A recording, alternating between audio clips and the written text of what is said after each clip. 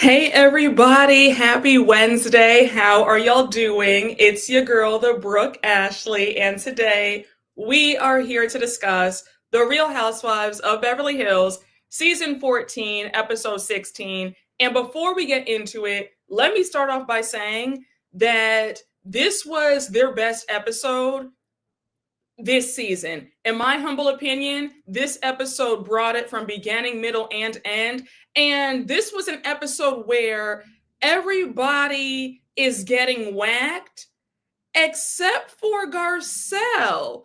I really found myself on Garcelle's side. She told no lies about this dynamic between Sutton and Kyle because Sutton does have an infatuation with Kyle, and we have to discuss that. We talked about it in the last recap. Let's talk about it right now. But I just want you to know, for all of y'all who feel like I've been too easy on Dorit or Erika or whoever, I'm here to tell you everybody's getting whacked, okay? So sit tight, grab a snack, enjoy, because everybody's getting it. And just so we're clear, you don't have to worry about me trying to pronounce Sutton's name the correct way anymore. It was painful for me to pronounce both of the T's in the last recap, but we're going back to how I've been saying it, all right? I am Black from New York, so it is Sutton, all right? I'm saying it the way I'm saying it, all right? But, child, let's just get in. Yes, exactly. I'm saying it just like this, honey. I'm not even saying it with a T. I'm saying it with like SUH''N, Sutton. All right. Yes, honey. Yes, Sutton. Exactly.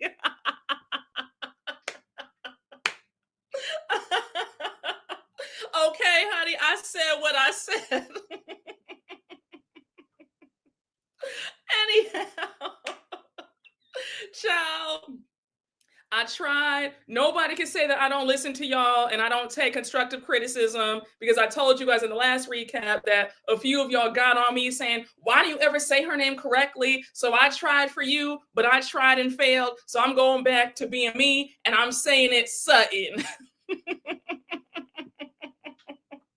Hey, Mrs. D Green, thank you for the super chat. And I ain't changing it either. Go, Brooke. Exactly. All right. Exactly.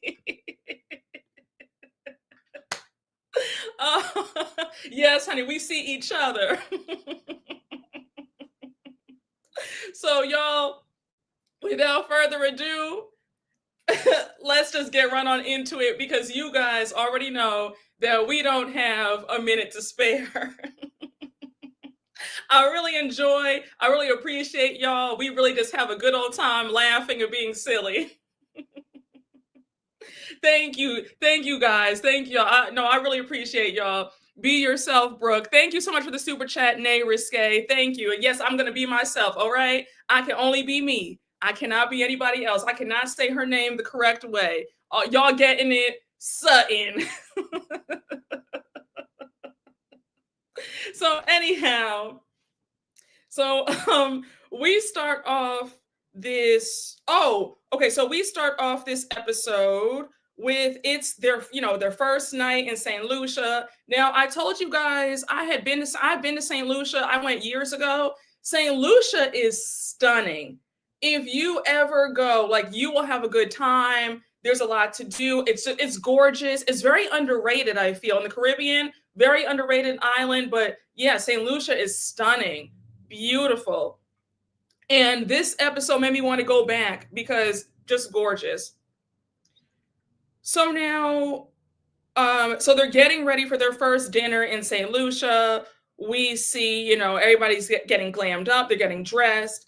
And Bose is getting glammed. And she says that her intentions for this trip are, she wants it to feel like a true girls trip where it's peaceful and fun. And I said, now, Bose, you are on the Real Housewives of Beverly Hills. So peaceful and fun. I don't know about all that. All right, girl. But, God bless you for being optimistic. Now, one more thing. I want to just say this quickly, since Bose wasn't glam. This is my opinion because I've seen a few comments on my recap saying, why don't you get on Bose about her bundles, and I don't like, I don't like her outfits or this or that. That's fine for you, but as for me, I like how Bose looks. I think that she's a beautiful woman, and you have to remember Bose's style works for her. Bose is a very statuesque, very striking woman. So I feel like if somebody else tried to wear what Bose is wearing with the hair, with the thick bundles and the long, you know what I'm saying? That work, those wigs work for Bose. It would not work on anybody else. So take that into account. You know what I'm saying? I think that some people are just so striking that they can get away with that extra. You get it? So I feel like it works for Bose. She wears it well. She wears it well. And again, if you don't have to agree with me, but for you, I had somebody run me a long paragraph in my last recap saying, I can't believe you, and you get on this person and that person, but you have a blind eye. I don't have a blind eye. My eyes work very well, thank you very much. But I'm just saying the look works on Bose. She rocks it. She works it out. She looks good, and I like it on her. If somebody else tried to emulate her look, it wouldn't look right. But on Bose, it looks right. Bose gives you a Grace Jones tee. And Grace Jones is always extra with it. What works on Grace Jones wouldn't work for somebody else. Just saying, all right? Okay? But yeah, I think that Bose is a tall woman. So the big wigs work for her. It wouldn't work on somebody else. So I just wanted to say that. Yes. She has that style like J-Lo and Beyonce in that they can wear outfits that would not work for someone else. Exactly. Yes, she's a beautiful woman. So, I mean, listen, I like how she looks, and that's what it is. But, for somebody to get on me about that, I'm like, okay. Yes, exactly. Bose is a goddess. Next question. Exactly. Next caller. Exactly. So anyhow, we now see that they're in Bose's villa to pregame before dinner. And one thing about it, they are all dressed in white, right? Now, I'm not trying to be funny. I know I have a lot of y'all, I have subscribers who are black, white, everything, okay? If you don't know, Black folks, especially on vacation, love an all white moment because they are all dressed in all white. I said, honey, we love an all white party. So anyhow, they're dressed in their cute white dresses.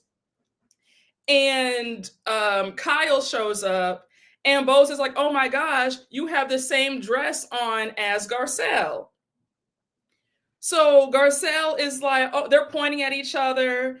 And Kyle's like, oh my gosh, this happened to me one other time. We know that, I guess, 2 seasons ago or 3 seasons ago, Lisa Rinna and her had that same black and white polka dot dress on. So now it was cute because they have like a cute little like model, runway walk off together with the same dress on. Then they give each other a hug. And now we see Garcelle in her confessional. She says, I did call Kyle's style hideous in the past, but now I'm eating those words because we have the same dress on. We're twinning.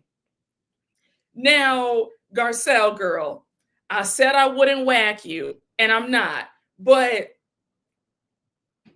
Miss Mamas, we can't act like your style on this show has been the best. I mean, Garcelle girl, you are a beautiful woman, but the style, it hasn't been up to par. So when you said that, Kyle's style is hideous, I said, now come again. And I don't even go hard for Kyle like that, but I'm not gonna lie. I can always give the girls their 10s, and Kyle's style has always been pretty much on point. Like, I'm just saying. I said, now Garcelle girl, I said, Miss Mama's not too much. Yes, honey, we were on the same page. Yes.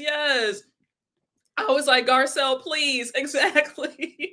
I'm sorry, Garcelle cannot dress. Honey, baby, Garcelle probably has the worst style on the show. Okay. I said, listen, Garcelle, I wouldn't do too much saying that somebody's style is hideous, because Garcelle will give you, Garcelle is too pretty for all these flowy, boxy dresses that don't highlight her shape. You know what I'm saying? It's like, girl, the stuff is dated. You have the pieces, you just don't have the formula. You know what I'm saying? Like the money's there, but we just don't have the style to where it should be, you know? So I said, Garcelle, girl, that's my only, light tap on the wrist for you, just so you know. But girl, don't do that. Yes, is always given matronly, very much so, very much so. And then the fact that she hangs out with Sutton, who is also matronly as well. Child, that's a very matronly combo. So, y'all, yes, honey, just a quick tap on the wrist. So, they go out, they're at the restaurant now. The restaurant looks beautiful, the table's set up nicely, and they're greeted by the server, they're all ordering their food. And it was so funny because Kyle was like, I'll have the chicken, but hold the mashed potatoes. And Sutton said, hold on now, don't be too hasty. I love some mashed potatoes over here, so bring them over here. And I said, exactly, because I'm a meat and potatoes girl, all right? I love my mashed potatoes. I love a French fry. So yes, honey, I want all the potatoes, all right? So, they're all making small talk. Kyle's joking about they're going to take thirst traps later. Then, Dorit's asking Jennifer Tilly how's their villa. And Jennifer Tilly says, oh yeah, our villa is gorgeous, just like yours. So now Bo says, can I talk to y'all for a minute? I have an outdoor shower, and I told the ladies, because you know that Erika and Dorit they're all rooming together. So she says that she told them that she has an outdoor shower and to feel free to use it if they want to. So she goes on to reveal that Dorit told her that she doesn't really care too much for outdoor showers. And Dorit said, well, I said occasionally, because even with my husband, I don't walk around naked. So Bose was like, wait, you don't get naked in front of your own husband? Like, girl, what? And I had the same reaction too, because I said, that's very telling. And I don't know if it's just me, but something about Dorit and PK, I always felt like they had a sexless marriage. And then finding out all this information now with Dorit revealing that he was never home, it just it gave very, hearing that, I'm like, yeah, they probably did not have sex at all, if I had to guess. That's a huge red flag. I say, yeah, yep, very much so. Husband, roommate. I agree. So now we have Jennifer Tilly talking about she was on a Broadway show where she had to have a nude scene, and her English boyfriend at the time was shocked to see her naked. And then now we have Kyle talking about something about the tropical air in the Caribbean feels so good. So Sutton and Kyle are sitting next to each other. So Sutton turns to Kyle and says, oh yeah, it's the negative ions I've been trying to teach you. Now, the way Sutton said that, you could tell that she was being sarcastic. And now Kyle calls her out and she says, oh yeah, there's that positive attitude again. So now they both laugh. Garcelle in this scene was, I think, everybody, because Garcelle gave Sutton the eye like, okay, girl, you seem awfully happy to be next to this woman who doesn't care for you too much. So Dorit now jumps in and she addresses Sutton. So she says, Sutton, in the last few months, I felt like you've been particularly mean-spirited to me. Sutton's not trying to hear it. She says, okay. And now Dorit says, I wanted to overcome and get back to a good place, but that wasn't on the table. So now Sutton says, we've all had times where we failed each other. So what we're not going to do is put this all on me. And Sutton, that is correct. They have all been bitchy towards each other. Everybody's been rude to each other. So it's not just on Sutton. So yes, I agree with that. But Sutton, We gonna talk about you because, girl, you worked my last good nerve in this episode, especially when it came to going so hard for Kyle. We'll talk about that in a few minutes, but girl, you tried it too. So now Dorit says, you were the one who wanted this group to have intentions. And then 48 hours, it went out the window quickly. Remember when they were on Kathy Hilton's trip at the beginning of this season, and she said that she wanted to have a sisterhood, and then 48 hours, we see her yelling at Dorit. That's what Dorit's referencing. So now Dorit says, any attempt to converse with you has been rejected. And rather than trying to work it out, you've wanted to go lower. You wanted to have an issue. So now Jennifer Tilly interjects to defend Sutton, and she says, well, what I think that Sutton meant was she did mean it about the sisterhood. She was sincere. So Sutton is trying to defend herself, and now Erika cuts her off and says, I think she means what she says every time, and that's where it gets confusing. So now you have Sutton jumping in again to defend herself, and Erika says, hold on, let me finish. So now Sutton is angry, and she says, what do you want me to do? Place my hand on the Bible? Because I'm not going to do this again. You guys are not going to keep beating me with a stick. Erika says, nobody's beating you. So let me just stop right here. Erika, for you to act as if Sutton has been so horrible to you, that's ridiculous. It's clear that you still want an apology for being questioned. And just like Sutton said later on in the episode, everybody had questions and your situation was different.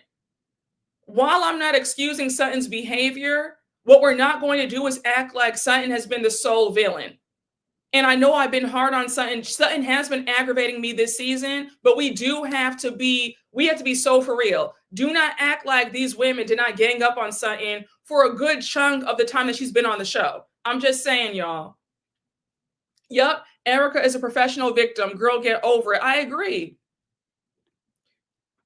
The bullying aspect would make more sense if she wasn't trying so hard to be Kyle's friend. That's my main issue with Sutton. It's giving Stockholm. Also, Erika, please let it go. I agree. So now, Dorit says, Sutton, you cannot become a victim every single time.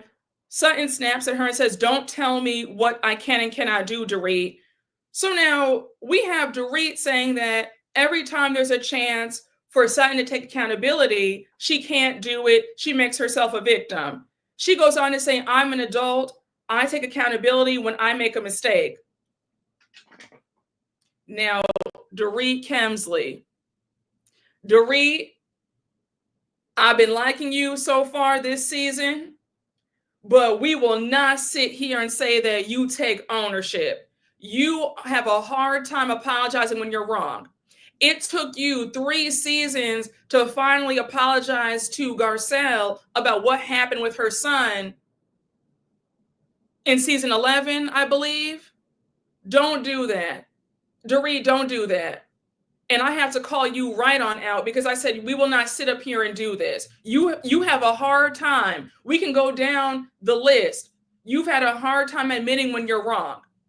And again, Miss Mamas, it's no shade, but what we won't do is sit up here and lie like that.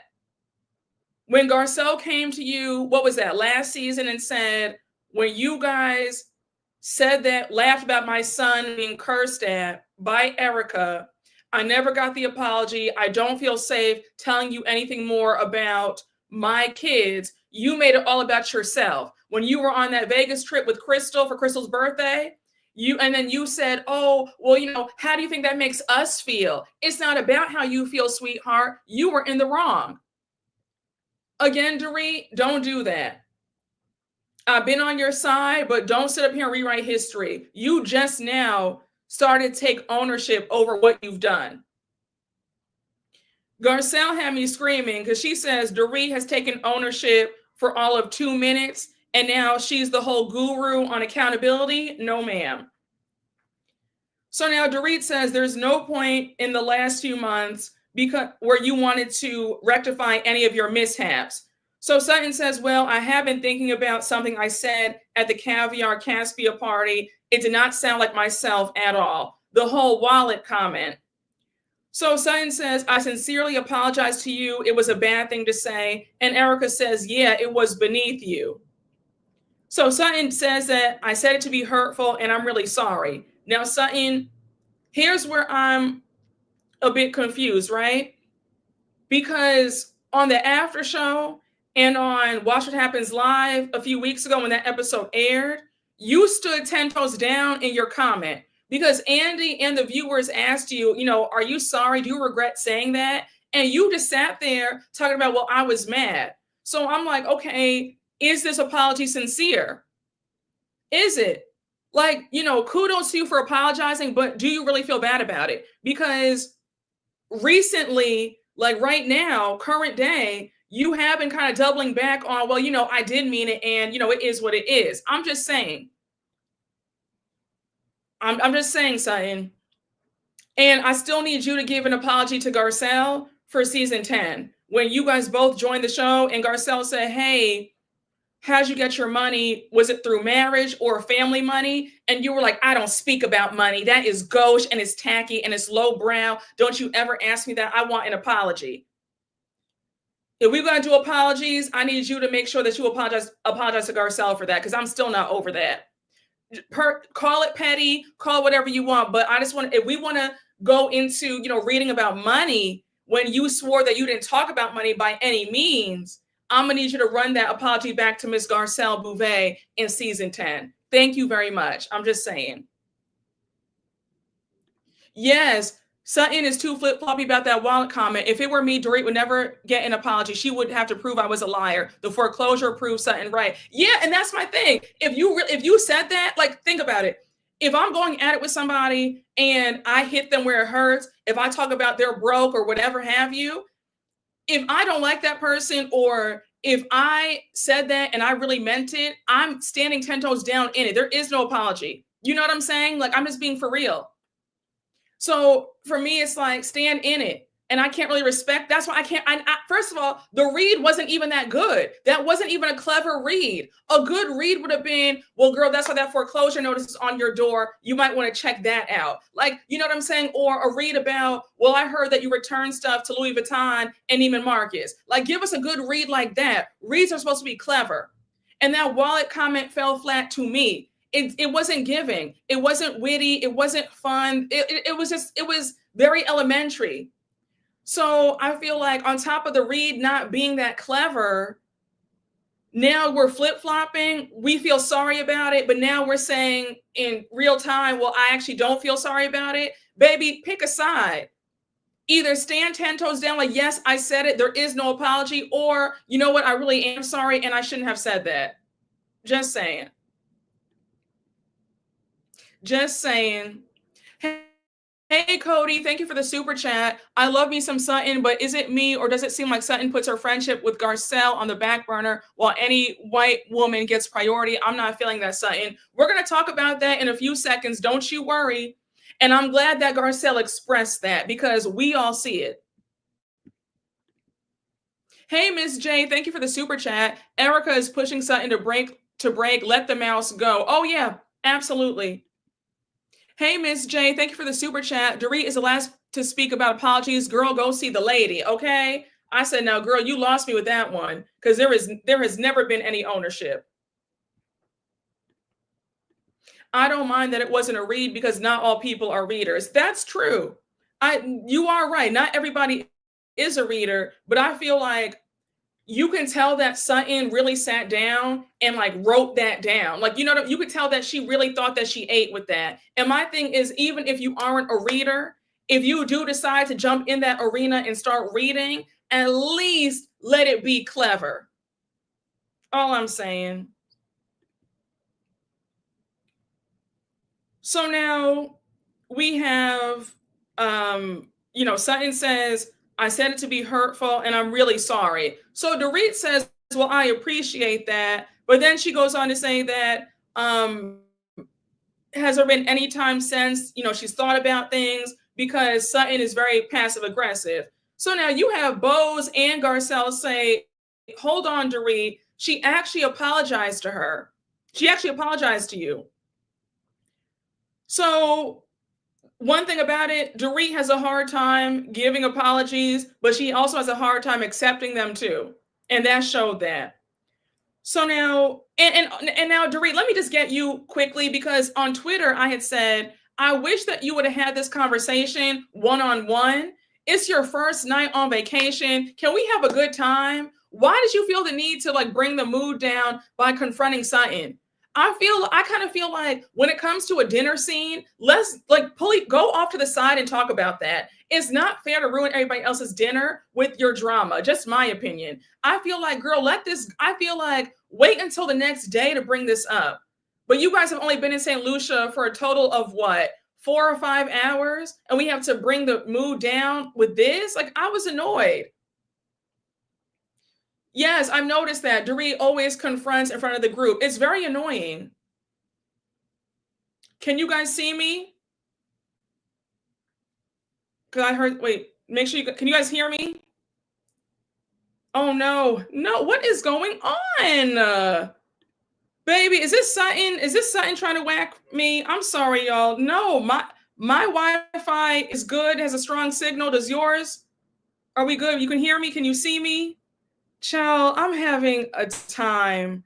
Like when I tell you, I'm having like one of those days, low key. Okay. Wait, okay. I can see y'all. Everything is going good on my end. We're good? Okay. Okay, you can see and hear me just fine. Okay, thank God. All right, because I can see, I can hear y'all. Okay, I love y'all. Child, you said the Strack attack. Yes, I can see and hear you, but it's grainy. It's grainy? Child, this is Sutton is no, I have excellent internet. I have optimum. Girl, I have good Wi-Fi. I don't know why it's doing this. Baby, it's the devil trying to mess with me today, honey. I had a sore throat earlier. I'm just like, am I coming down with a cold? Like, it's just one of those days. Just pray for me. Like, I'm going, not trying to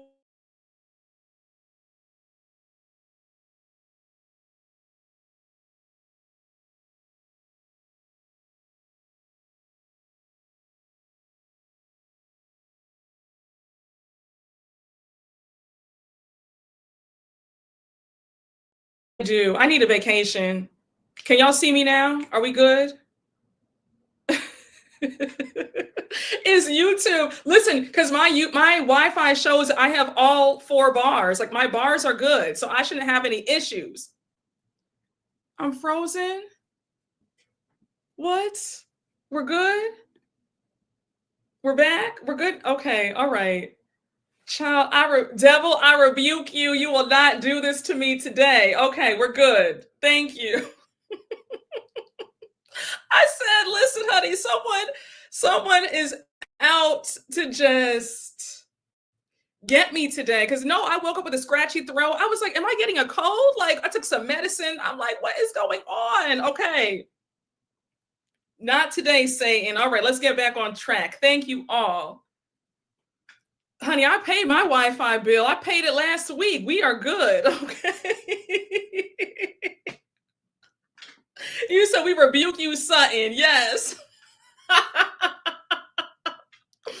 Okay, but what did Stacey say? But still I rise. Okay, but still we rise. All right. Okay. Child.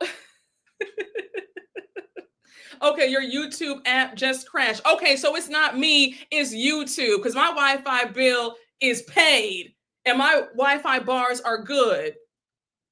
All right, I'm touching and I'm agreeing in the name of Jesus that this live is going to keep going just fine. Thank you, Jesus. I declare the victory. Amen. Won't he do it? Okay. All right. Okay, thank you, honey. My wallet fits. Okay, let him know, Greg. Yeah, honey. Ralph is mad at me down in the basement on Atlanta. He's mad that I whacked him for the brokey that he is. He's trying to he cut off he's trying to cut off my Wi-Fi. So anyhow, where were we?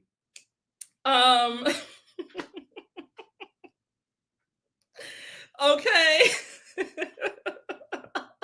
Y'all are in rare form. Okay, I pay all these bills are paid. Okay, exactly. If you use Dorit's account and that bill ain't paid, I'm shouting. All right. Where were we? Where was I before we were rudely interrupted?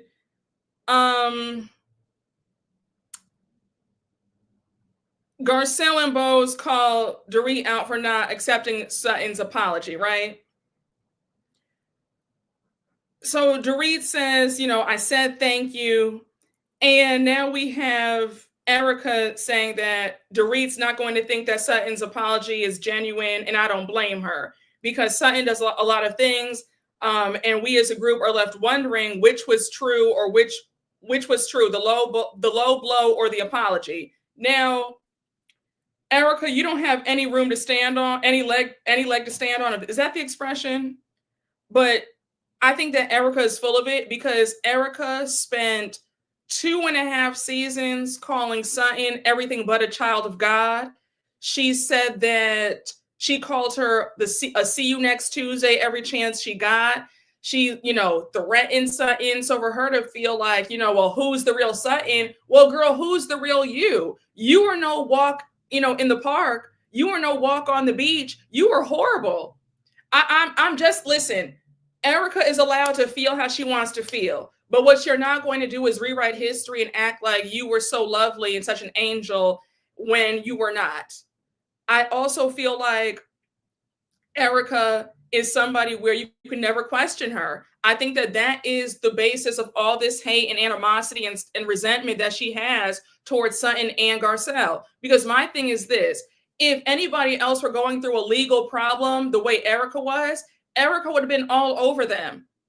So for you to be mad that people had questions for you, that's unacceptable. Like it's not realistic. So I think that Erika, you need to let this go. The folks had questions, as anybody would, and they asked you what was going on, and you're upset about that. That's all it is. Okay, so you feel like she did push Erika and she got a reaction. But if I'm being fair, I don't think that Sutton pushed Erika. I really feel like Sutton just asked what we all wanted to know. And remember, they were all talking saying the same thing that Sutton was saying. They just didn't say it to her face. So, I feel like, isn't that worse? At least Sutton had the balls to say it to Erika's face and not behind her back. Yes, no? I don't know. Erika gives me Ashley Darby and Karen Huger vibes, always in everybody's business, but wants them to mind their own business. Oh, absolutely. Absolutely. I agree. I think that Erika is one of those people where she can do and say whatever she wants to you, but don't do the same thing to her. And Kyle's very much like that too, where Kyle wants to be all up in your business, but don't question her about what's going on in her business. Yes. She said she asked what they were all scared to. She asked what they were all scared to ask. Exactly. And you know what? Listen, you can never. I'll always have respect for somebody who can say whatever it is to my face versus behind my back. You have to give Sutton her tens for that. You have to. And I'm not saying that Sutton does not piss me off because she does, but I will always give Sutton her tens for that because Sutton was real. She was not phony. She said, look, what happened to that? 20 million was, transferred into your account. What do you know about that? She was real with the questions. She wasn't afraid to say, like, girl, are you involved in this in any shape, way, or form? Meanwhile, Dorit and Kyle and Lisa Rinna are all gossiping about it behind her back. I'm just saying, y'all, I got to be fair. I whack Sutton when she's wrong, but I have to big her up when she's right. I don't believe that Sutton did anything bad to Erika. Erika is one of those people where you cannot question her ever. Hey, YY, thank you for this. Thank you for the super chat. I feel like this season is beyond boring, Brooke. Oh, you think it's boring? I do feel like this season was hyped up. I wouldn't say that it was a boring season, but I do feel like the reason why we're having so much trouble is because there is no clear victim or villain this season. I think it makes things interesting because I feel like everybody across the board can get whacked. I think it's been a lot more fun when we had one or two people who we were like, okay, they're the villains. Let's go after them. But this time around, it's like, no, Garcelle can get it. Sutton can get it. Dorit can get it. Erika can get it. Like, you know what I'm saying? And then I do feel like there's been too much emphasis on Kyle and Dorit's drama. And then with Kyle withholding information about her, what's going on in the separation, that's going to bring a season down. I think that the reunion might be better. One of y'all, yep, I think so too. I think so too. I think it's going to be better as well. Hey, Miss J, thank you for the super chat. Sutton said it to her face and we all had questions. Exactly. Sutton did nothing wrong in my eyes when it comes to how she dealt with Erika while Erika had that case. Yeah, it's a lighthearted season, a break from Rinna. Yeah, I agree. The issue is when the franchise pivots from the darkness into lightheartedness, it's viewed as boring. Yeah, I agree with that. But you know what? I think that a part of this is because we're getting cheated out of a real storyline when it comes to the whole Kyle, Morgan, and Mauricio situation. That's what it is. If Kyle would come clean about what led to their separation and her feelings for Morgan, it would be a lot more interesting, in my opinion. But I have high hopes. I'm optimistic for the reunion. So now we have Bose asking Dorit. I think the question is there anything that you feel accountable for that you could apologize to Sutton about? And for all the Bose haters who feel like Bose has up Dorit's ass, well, you saw in this episode that's not the case. Bose called her friend out several times in this episode, and I loved it. So Dorit says, the joke about the drink at her 4th of July party. Sutton says, are you really calling it a joke? And Dorit says, it was not to start anything. I was not trying to hurt you, and I'm very sorry that it did. So then she says, if you had not called me a bitch, I would have quickly said, I'm so sorry. That was not my intention. Please forgive me. So Sutton does say that she could have handled that better. And now we have Bose saying that it's a good start. Now, Kathy Hilton chimes in and she says, we have another 4 days here, dear. I don't know about all that. Rome was not built in a day, and she's correct. Now, Dorit, let me say this, because I got on you about the joke with the drinking. I said this when I did the recap for that episode. You and Sutton have such a strained relationship, friendship, I don't know what to call it, but your relationship is so strained that you need to refrain from making any jokes, especially about the drinking. All right? I do feel like it was a bad joke, but I don't know if I'm buying that, you didn't mean any malice, like it was just a joke. I do feel like there was supposed to be some shade. Just saying. But I'm glad that you did say, you know what, I'm sorry for that. I apologize. It wasn't supposed to be that deep. But I do feel like in the future, just refrain from making any jokes with Sutton. You guys just aren't there.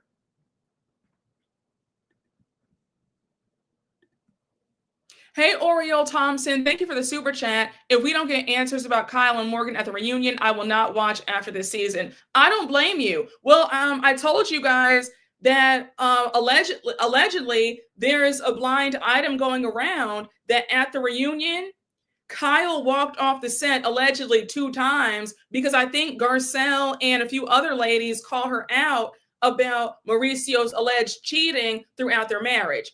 So we're going to find out that, she was covering for him allegedly all those years, and then Kyle gets emotional and storms off twice. So hopefully they hold her feet to the fire about all this, because I do feel like it's not fair for you to sit up here and just completely say, I'm not going to discuss a whole storyline that we saw last season.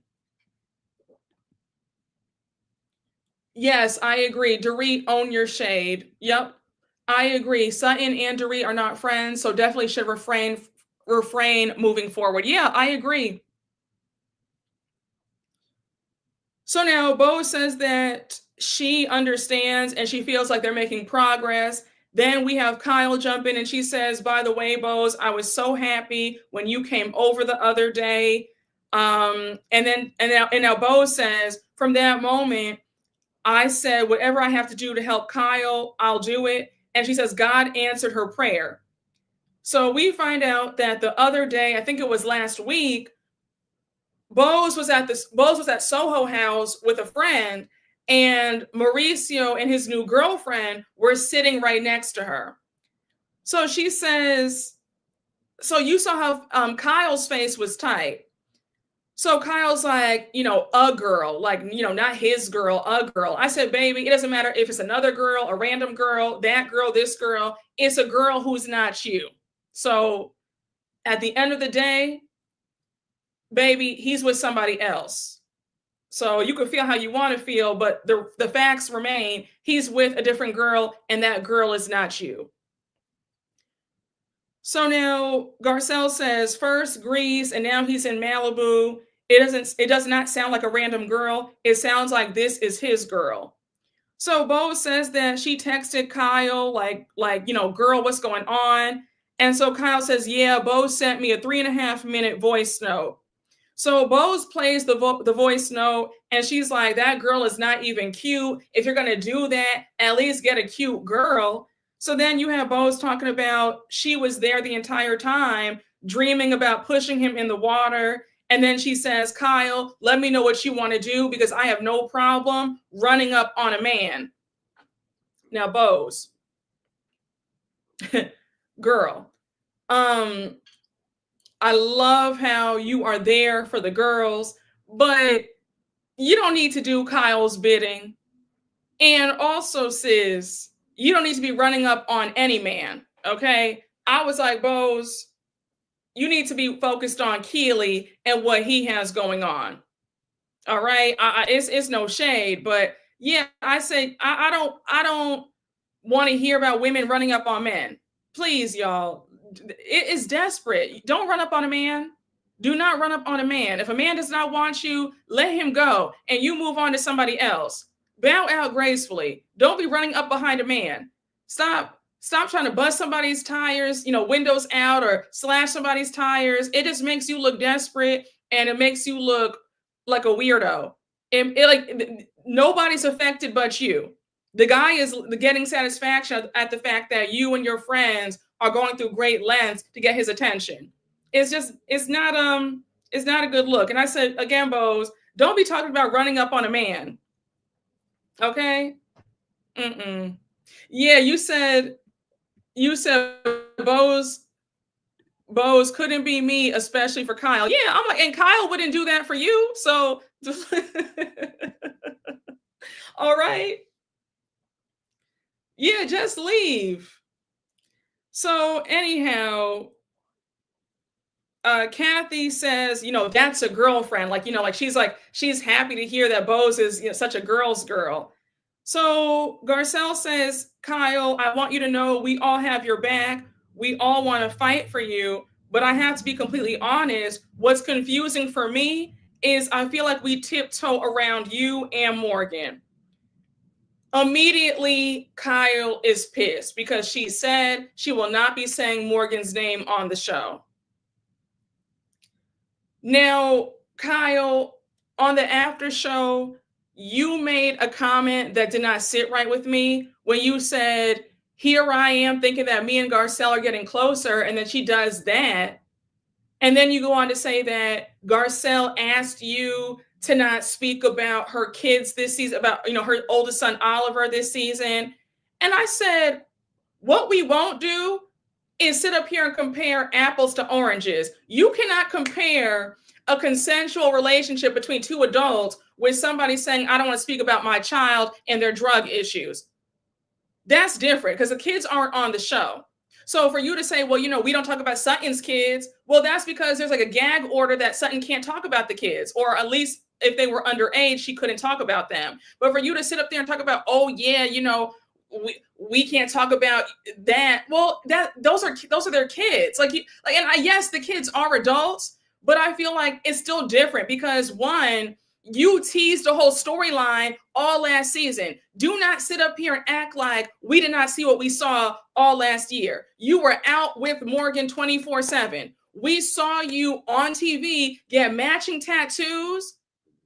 You also were joking about, have you guys ever scissored a woman? Would you guys ever be with a woman? You were clearly talking about that. And now for you to say, oh, well, why are we talking about my business? You're on a show. You can't sit there and do that.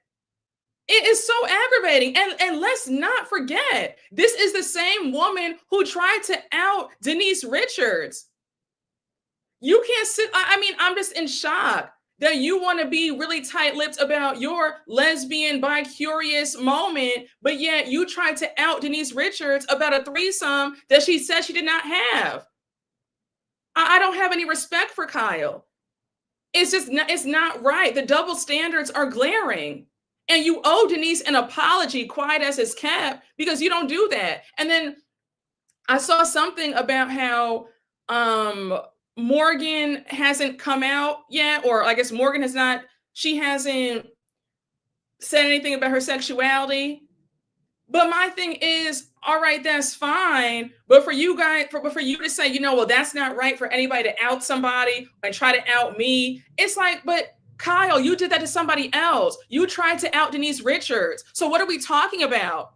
It's always a different set of rules for Kyle. And I'm never going to get off of that. I'm so sorry. I'm never going to forget how they did Denise. I will not forget that. It's just not right. And you sat up there and you did that music video with Morgan. And nobody's judging you about that. And also, Kyle, it is 2025. For you to act like being gay or being bisexual is breaking news, girl, it's another Tuesday. Like, nobody cares. Come on out. Like, it's just so dumb. Like, what are we doing?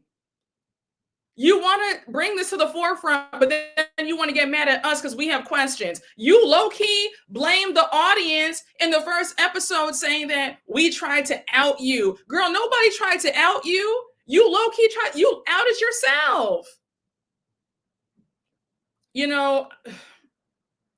I just think that it's ridiculous. I really do. Child, yes. Please live in your truth. Nobody cares. It is not groundbreaking. It's not groundbreaking. I bet they're going to mention the Denise thing at the reunion, and that's why Kyle runs off stage. Oh, I can see that too. Yeah, and Garcelle was not lying when she said that. If you want to be a lesbian, be a lesbian. Yeah, like, girl, be who you are for your pride. If you know that video, that video is hilarious. But yes. Be who you are, girl. Be who you are. Kyle was the one parading around with Morgan, making that Brazzers music video. Exactly. I hope this is Kyle's last season because she is not that girl, nor is she the face of Beverly Hills. Exactly. I just don't think that it's fair that Kyle is mad that folks have questions. You paraded Morgan in our faces at the reunion when Andy asked you in the last part, are you attracted? Have you been with a woman before? Do you like her? And then you started crying and you said, well, growing up, that lifestyle was never encouraged. I didn't have the chance to experiment or explore and find out what I really like. And you started crying. And then Sutton said, whatever you want to do, Kyle, we support you. It's no judgment. And then they all rallied around you. That was low-key saying that you were out the closet as something. Then you said that you sat down and had a conversation with your daughters about how you feel certain things. A lot of y'all told me that was her way of coming out. So now for you to say, well, I don't want to talk about this, this is a slap in the face.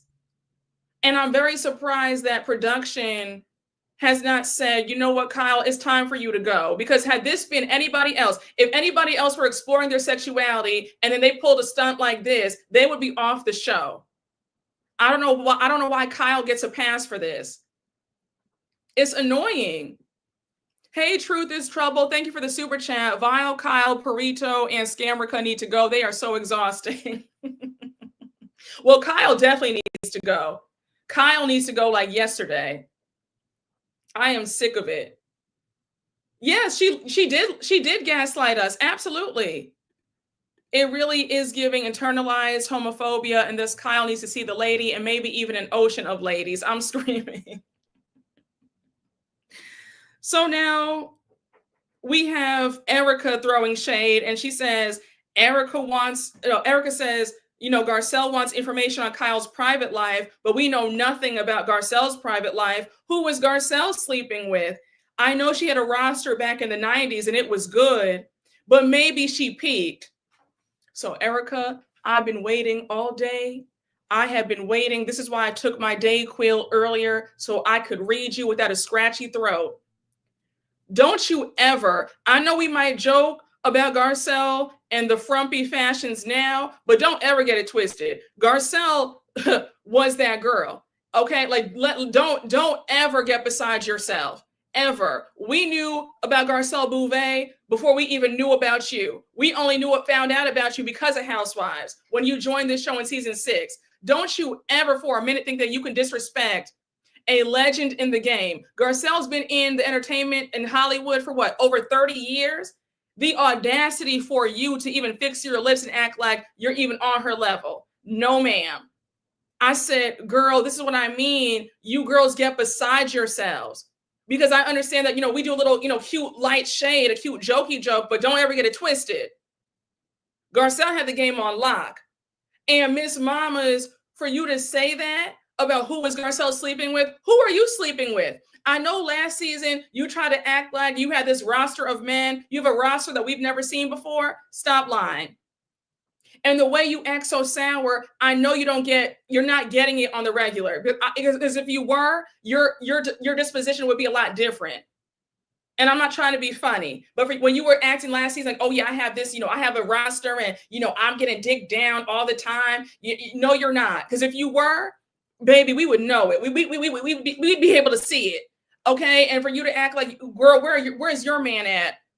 And I know that it's not a read about you don't have a man or anything, but since you want to act like it is a read, well, let's ask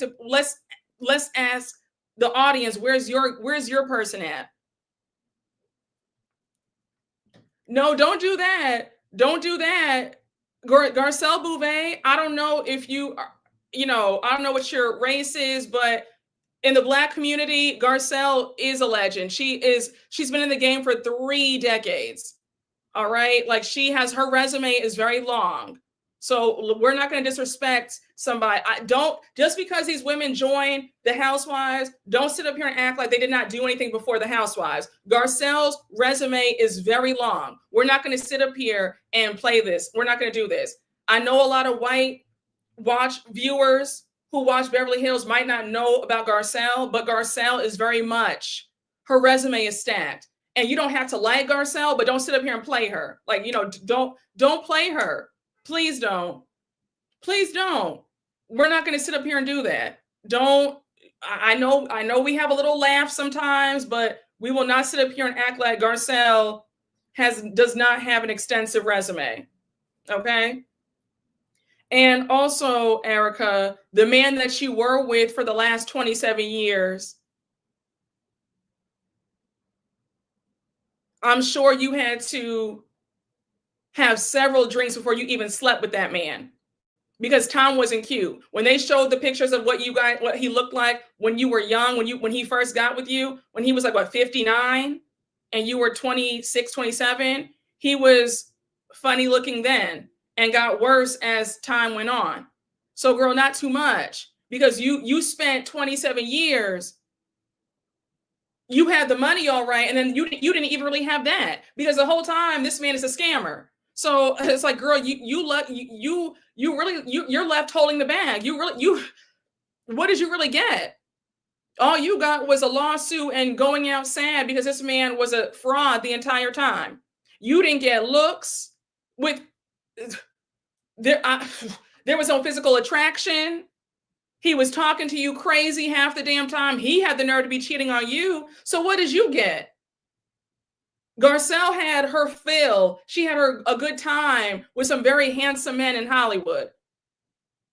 And she married somebody that she was attracted to, even though it ended up in divorce.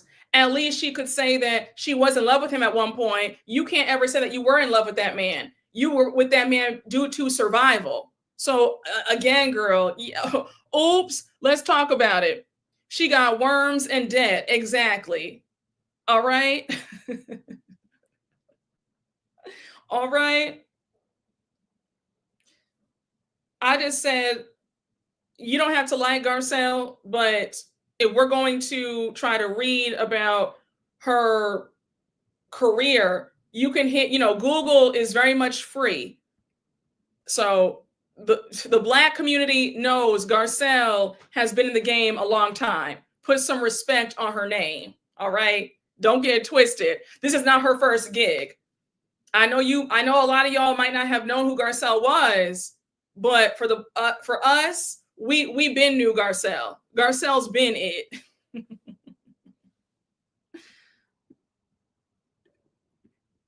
I'm just saying, y'all. Hey, Miss J, thank you for the super chat. Please whack Erika for me, my beautiful queen. Thank you. I sure did. Because I was like, wow, that was nasty of Erika to say, because where's her roster at? She's talking about some imaginary men who were dicking her down last season. Okay. Hey, Dayon, did I say your name right? Let me know. Deontay, thank you for the super chat. Erika needed a moment because all she had was wallpaper. Yeah, we went 16 episodes with her redecorating her house. I mean, the house looks good, but what else? What else is there? I'll wait. Hey, Truth is Trouble. Thank you for the super chat. Don't nobody want that dried coot. If they did, she couldn't be living in an ice cream shop. Hey, DB, thank you for the super chat. Erika, we saw what you look like in the 90s. Garcelle's face card has never declined. Erika is only pulling mildly deceased men now and then. Bye, girl, child. Okay. Oh, honey. Erika was over there playing Bop It with Tom's. Sure was. With Tom's saggy balls. Child, please. Okay. I said, Erika, that was real nasty. And I saw how Garcelle whacked her on Watch What Happens Live last night. She was like, F Erika, and also I'm married for love, not for money. Okay? So not too much. Listen, okay, child. So anyhow, we have Kyle starts stuttering and she says, there is no situation. I know you guys saw me at the concert, but I had already booked that appearance 6 months out. And then Garcelle says, but that brings attention. And now Kyle's like, well, what can I do? Going to the gas station brings attention too. I said, Kyle, I know in your pea brain, you think that you are A-list, but you are not an A-list celebrity. For you to sit there and say that going to the gas station garners all this attention, no, it doesn't. And I love how everybody clocked the BS, because Jennifer Tilly says, I feel like Kyle knows what she's doing and she likes to tease the press. Dorit says Kyle has been in this town for too long. She knows how things work. Garcelle says, are the paparazzi really following you everywhere, Kyle? If Julia Roberts can go outside without being trailed, then so can you. And Kyle, the girls were saying that you were calling paparazzi on yourself all last year when you and Morgan were together. So stop. You're not A-list. You are. What are we doing here? You can go to the gas station and you'll be okay. Nobody's going to hound you. So now we have Kyle says, maybe one day I'll have a good story to share with you all, or maybe I won't. So Sutton, all that ass kissing, I said, oh my gosh. Sutton says, well, I hope you do have a good story to tell us. I really hope that you do. And I was getting nauseated. I said, Sutton, please, like, you really need her validation that bad. So Garcelle is annoyed, and Garcelle is staring at Sutton at this point. So Garcelle says, is it frustrating that Sutton has an infatuation with Kyle? Yes. But when it starts to affect my relationship with her, that's when I have a problem with it. I needed her tonight, but she was so blinded by Kyle's light that she did not have my back. And now I look like the bad guy, and that's not okay. So let me just start off by saying we've all been calling it for several years that Sutton has always wanted Kyle's attention, friendship, acceptance, validation, right? We can all agree with that. Several of y'all, including myself, have said that if Sutton ever got the chance to join the Fox Force 5, she would do it in a heartbeat, and she would leave Garcelle in the dust. And Sutton's actions showed me in this episode that Sutton would gladly trade in Garcelle's friendship to be in good with Kyle. To see Sutton kissing up at that table was ridiculous. Garcelle had every right to be in her feelings, in my opinion, because you could say what you want. Go watch the other seasons. Garcelle has stood 10 toes down for Sutton every single time. And I've even pointed out that Sutton has really rarely had Garcelle's back. Garcelle, I think that you need to, and I'm not trying to sound like, paranoid or whatever, but I think that in friendships, you need to watch how folks deal with you, because you could easily be a friend to somebody and they're not really your friend. You're giving your all in the friendship and they have you on the back burner. You're the placeholder friend where, okay, you're good for right now, but trust and believe, if these folks come and get me, I'm leaving you behind.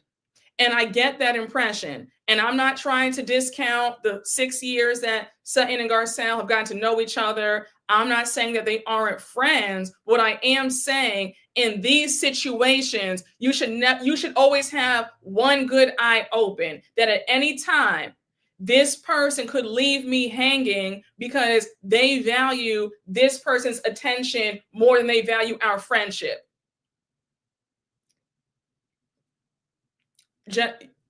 Just saying. We can go into another, because y'all know how I feel about y'all know how I am about, friendship. So my viewpoint might seem a little bit like cynical or like, well, like, damn, like, you know what I'm saying? But we could do a whole separate video on that. But I feel like you need to reevaluate some things when you see that things are not adding up. And Sutton's behavior in this episode showed me that Garcelle needs to let Sutton fight her own battles. Because when you need her to have your back, she's nowhere to be found. And the way Sutton was gushing over Kyle's approval in this dinner scene was sick. So, we see them eating dessert. And may I tell you, this dinner looked so good. The food looked amazing. The dessert, they had a raspberry sorbet. My mouth was watering. Okay, I'm drooling right now. So now Bose informs them of their itinerary for tomorrow. She says, we're doing a boat ride, a catamaran. And then they cheers to a good night.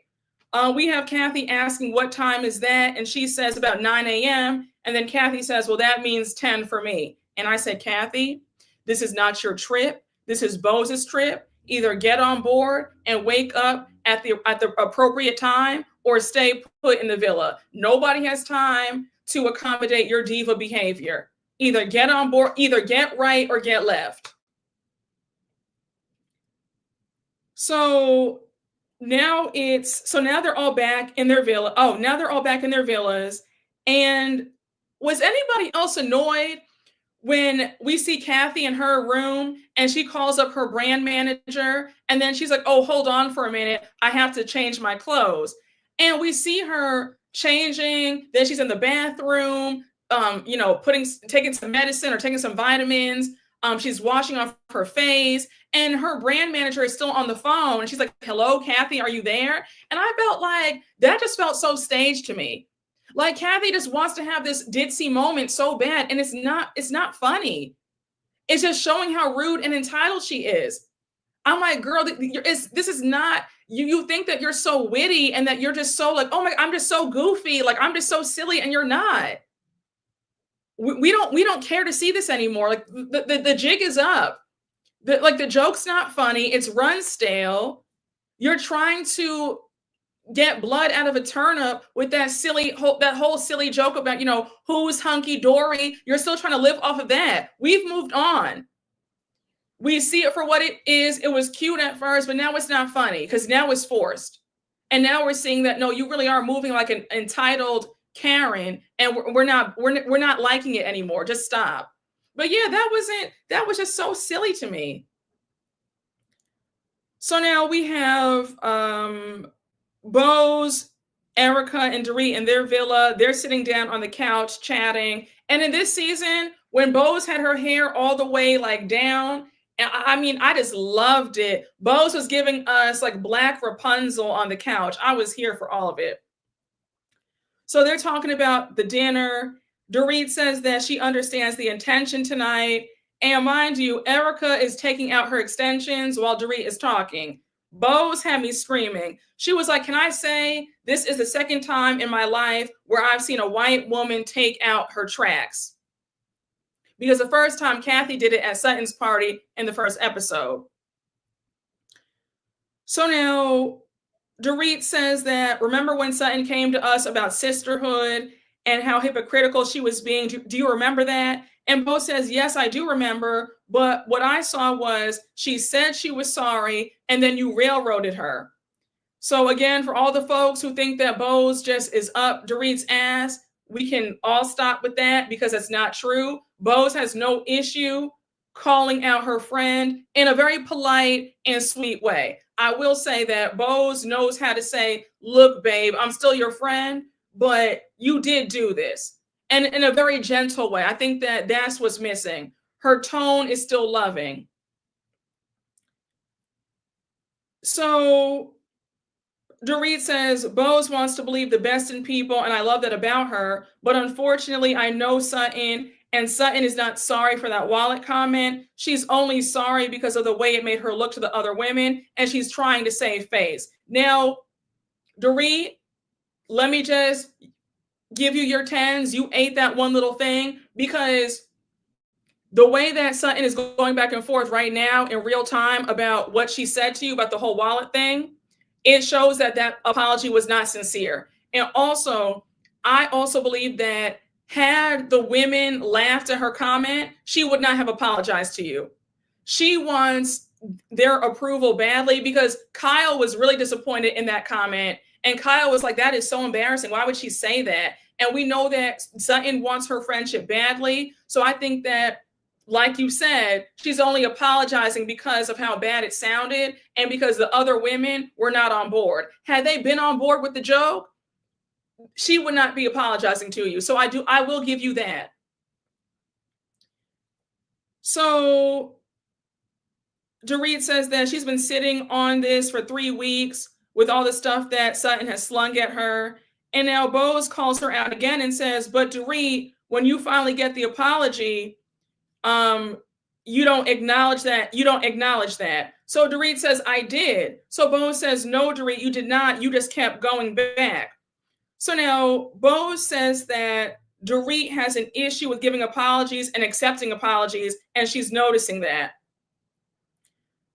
Dorit says, well, her thing is she's going to let things be and see what develops. And Bo says, well, that's not a solution. And Dorit says, maybe there is no solution.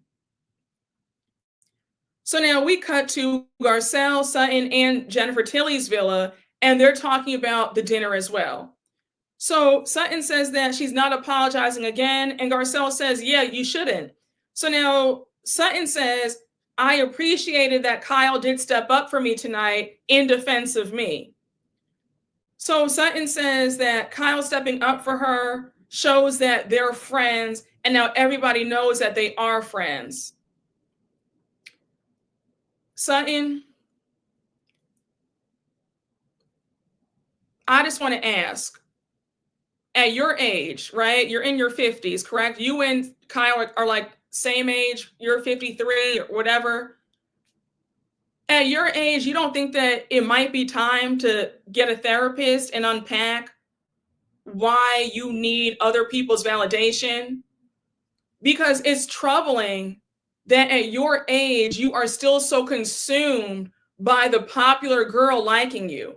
That's alarming. And I was trying to be nice, and I didn't even go as far as I wanted to in my last recap, because I'm aware that these women do watch my channel, and I never want to seem like I'm coming down on somebody or I'm being too hard on someone.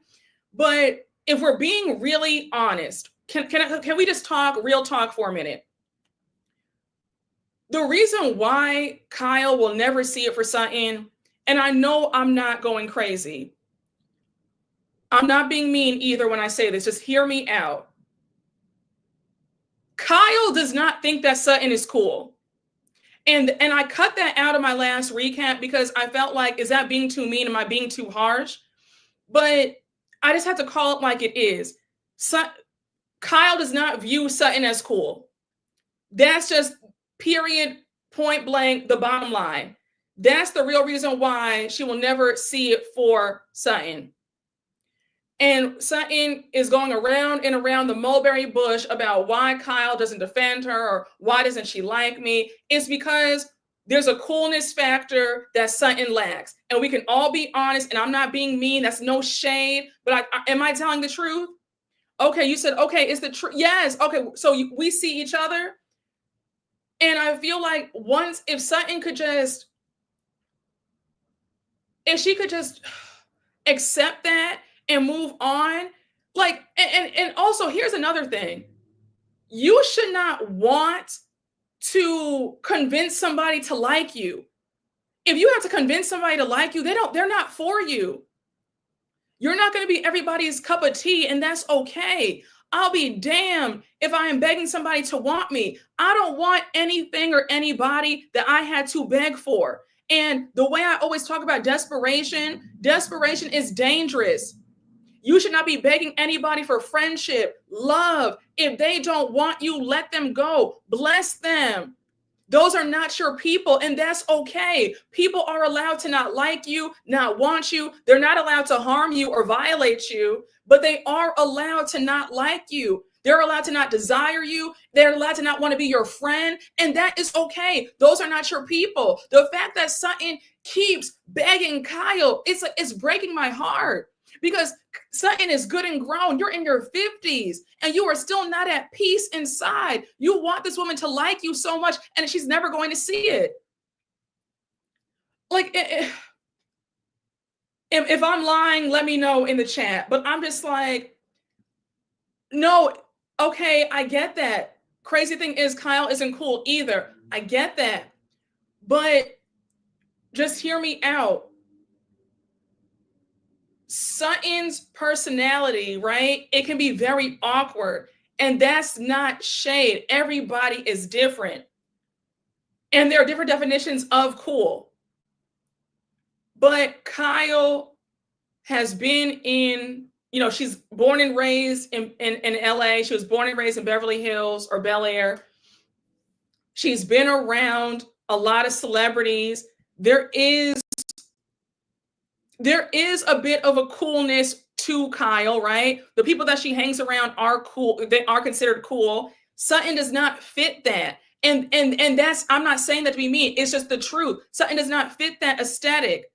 And that's the real reason why Kyle will not see it for her. And Sutton is beating her head up against the wall. And it's like, baby, we could just settle this for you right now. I just need Sutton to really find herself and really love herself. Because if we're being honest, if Sutton started paying Kyle dust, Kyle would actually be like, oh, like what's going on here? If Sutton became aloof, she might actually get Kyle to come around and want to be her friend.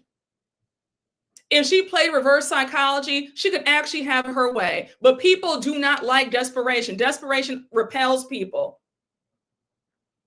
That's another, you know what? I got too far into that. I could do a whole video on that alone about how to play certain games. But Sutton, I need you to stop sitting up here begging for crumbs from people who don't like you. When you said that, well, she finally shows that, she likes me now. I'm actually her friend. You looked pathetic. Girl, you look desperado, a true desperado. I said, Sutton, this is sad. It is sad. Yes, that's why Kyle likes Erika, very much so. Because Kyle's very aloof. Erika's very aloof. Erika's an ice queen. And people are attracted to that because people love like what they can't have. You know what I'm saying? And when you're like I want you so bad, people don't like that. It's like, ooh, like what's wrong with her? What's wrong with that? You know what I'm saying? A mess. I said, Sutton, you need to get your head examined because this is really sad. A mess. Hey, Lloyd J74, thank you for the super chat. Why is Garcelle just now figuring out that Sutton doesn't have her back? Every season, whenever Garcelle gets into a conflict with the other ladies, Sutton just sits there quietly eating her food. Yeah, you know what it is? I think that Garcelle has been trying to give Sutton grace, but now she's like, you know what, girl? You done left me out to dry for the last time, so now I want to just blow all this out the water. I think that Garcelle was trying to give Sutton the benefit of the doubt until she had enough. Hey, Lloyd J74, thank you for the super chat. Maybe Sutton's obsession with being liked stems from the fact that her mammy doesn't like her either. Oh, absolutely. Her upbringing, the whole dynamic with her mom, that's definitely a big reason why she's like this today. Oh, absolutely. No question about that.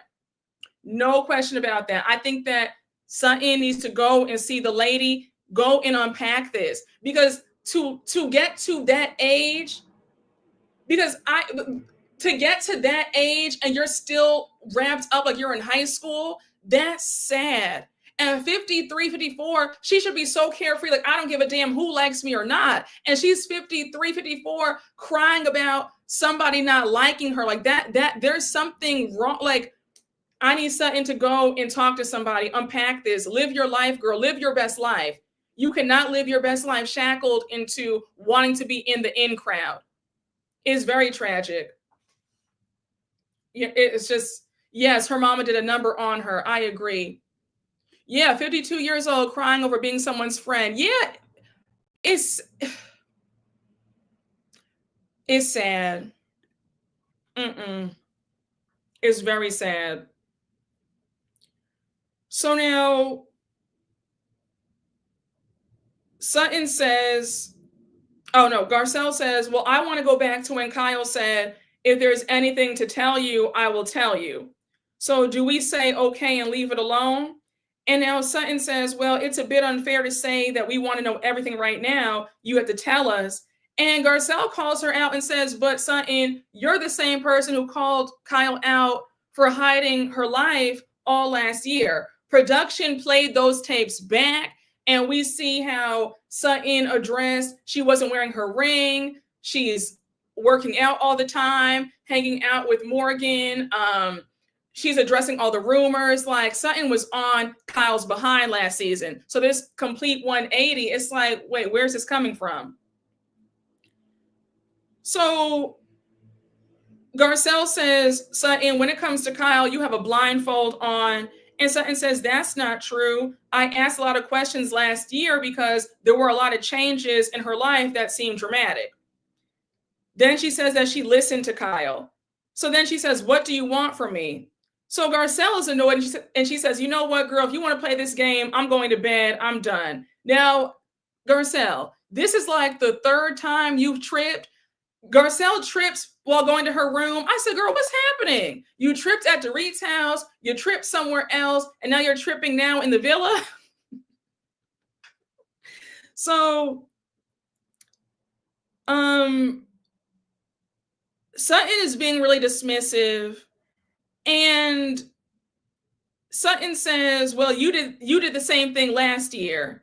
And Garcelle says, I'm not saying that I didn't. What I'm saying is when it comes to Kyle, you're super protective of her when she has not always been the best friend to you, but somehow your loyalty is to her.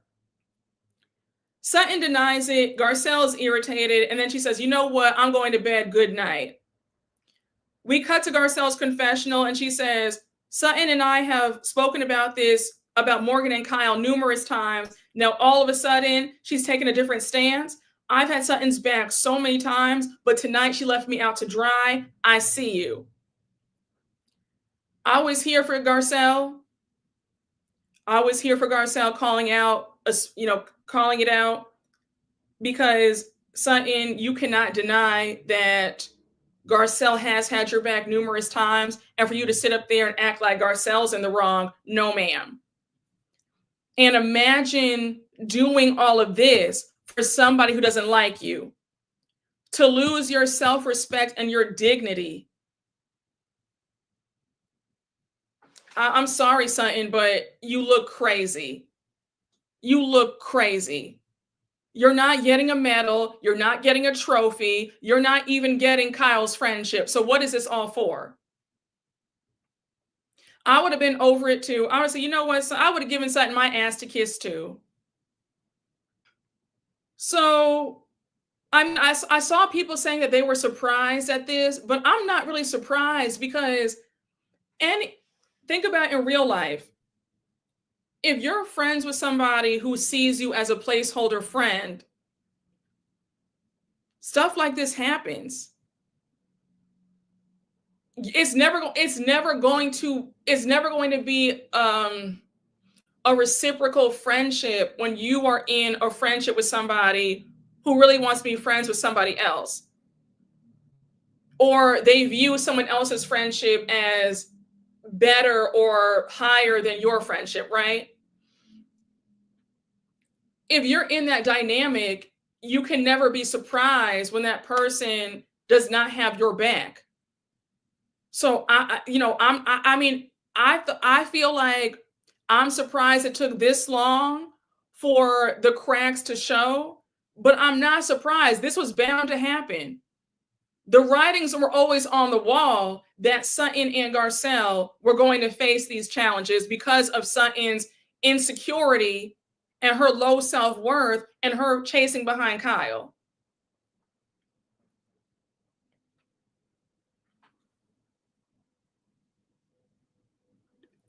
Brooke, you are spot on in your assessment of Sutton not being cool, and she knows that as the leader of the cool clique, if Kyle accepts her, the others will fall in line. Yeah.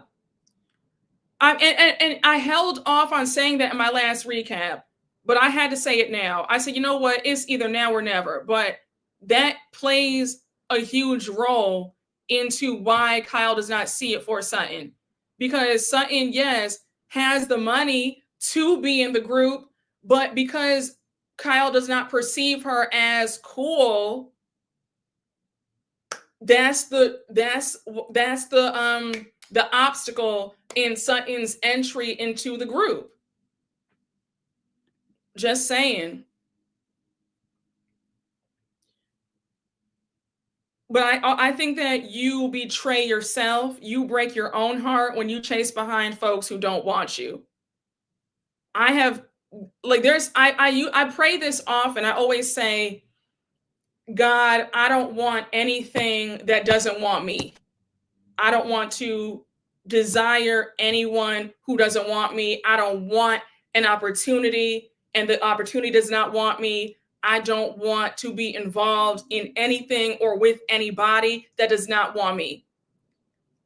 I can't. I don't.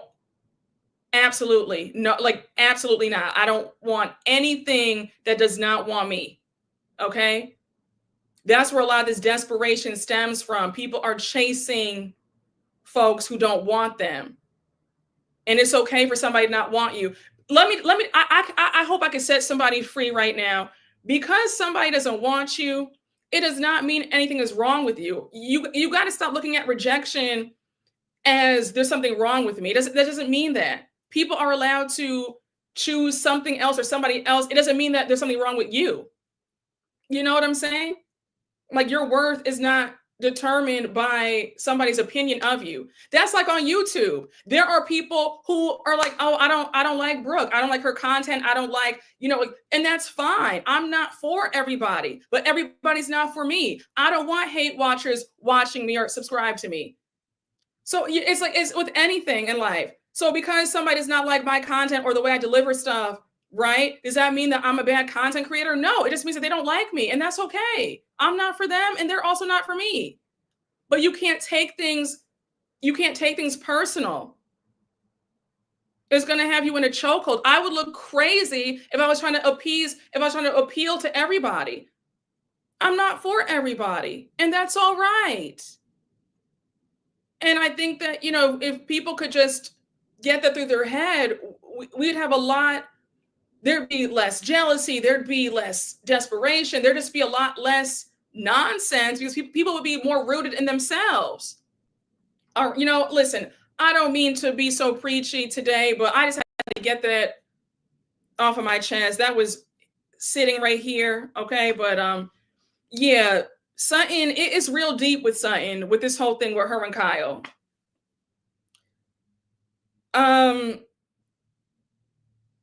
Where are we? I'm sorry. I lost my train of thought. So y'all are so sweet in the chat. So we have Sutton, sitting there. She says she's going to take some time to herself. And now it's the next morning. So they're all getting ready for the boat ride. We see Bose and Glam. Erika's talking to her. We cut to Erika. We cut to Dorit. No, we cut to Sutton, Garcelle, and Jennifer Tilly in their villa. I forgot that Avi was there too. I said, look at Avi. I said, Avi's in Saint Lucia having a good old time too. I know that's right. So Sutton goes into Garcelle's room to wake her up. They both eat breakfast outside. That view is incredible. And Sutton is a bit nervous. It's a bit awkward because they got into it the night before. And Garcelle says, about last night, I want to say something. I got frustrated. I stormed off. Sutton says, it's our first fight ever. And now Garcelle says, I just want to say that we are tiptoeing around Morgan and Kyle. When I brought it up, you went on full-blown protective mode with her. It felt like you were not listening to me, and I wanted backup.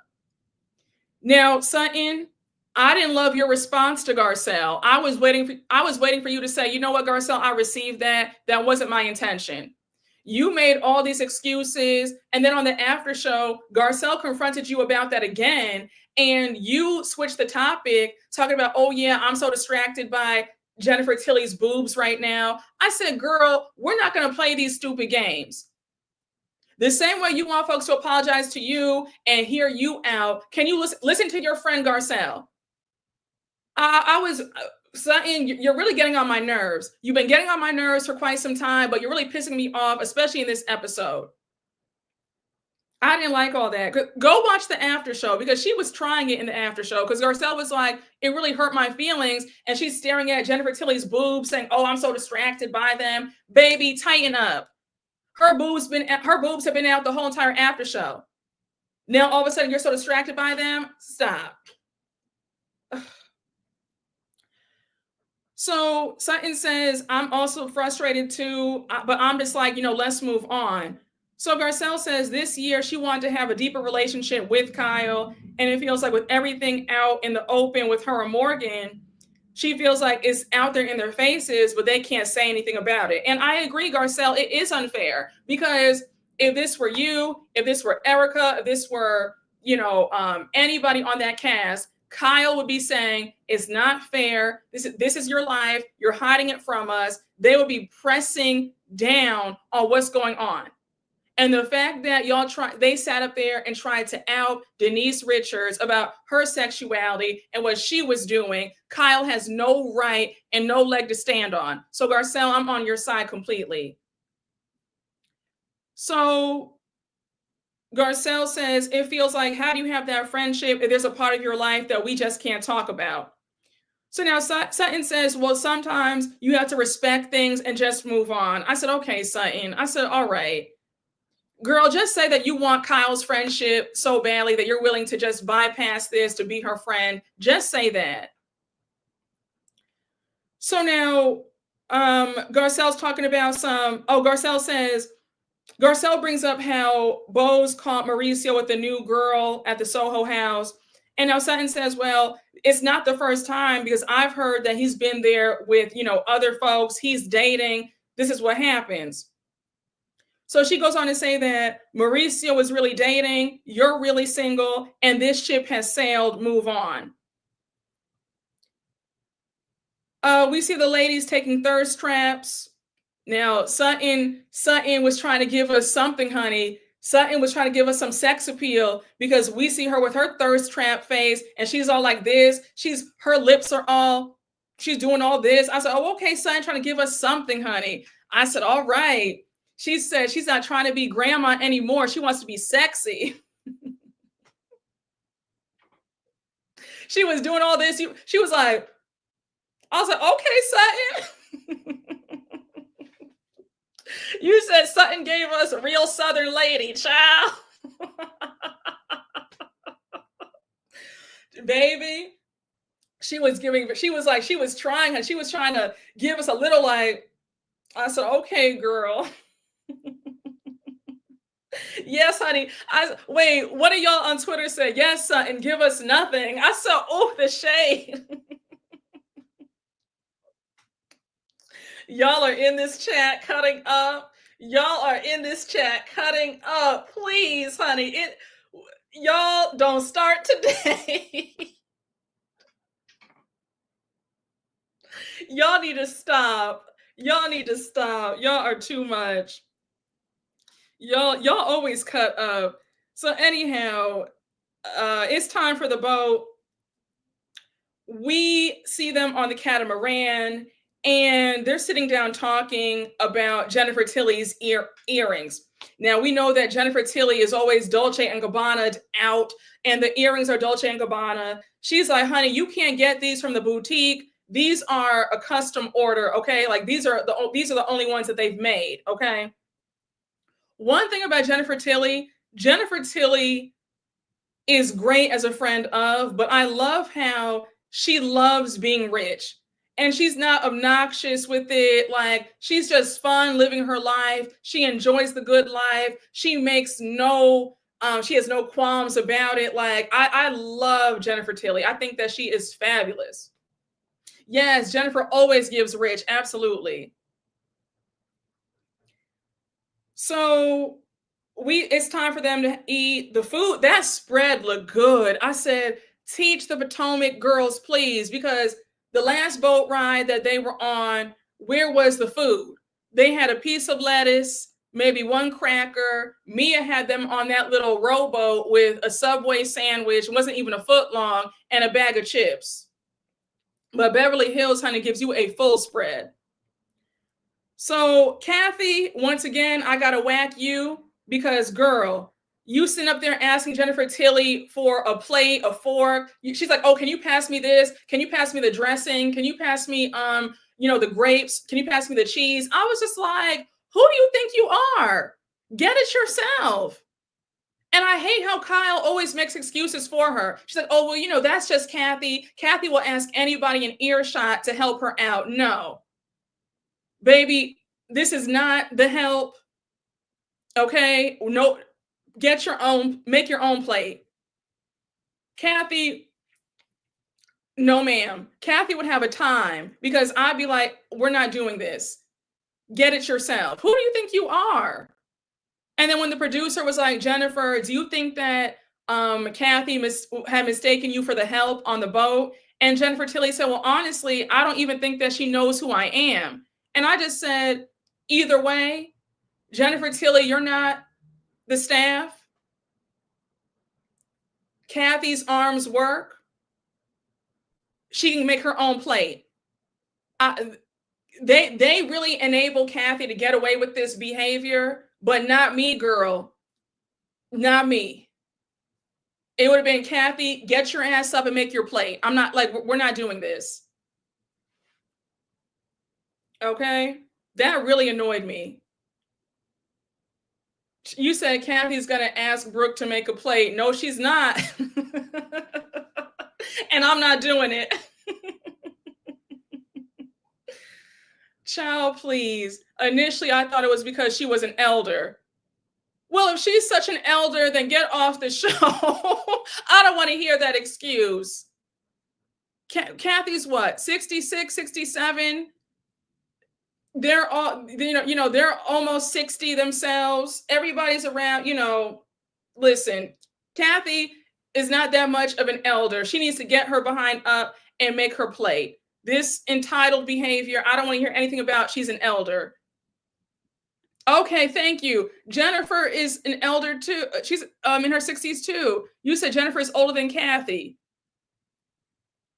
Wait a second, she is? Isn't Kathy Hilton 66? Wait, how old is Jennifer Tilly? Jennifer Tilly, 66? I thought she was in her 50s. Wow. Jennifer, you look good. Oh, I did not know that, guys. You guys know, you guys are on it. Oh, they're the same age. Okay, see, whoever said that, she's an elder. I don't want to hear it. Kathy and Jennifer Tilly are both 66 years old. I just Googled it.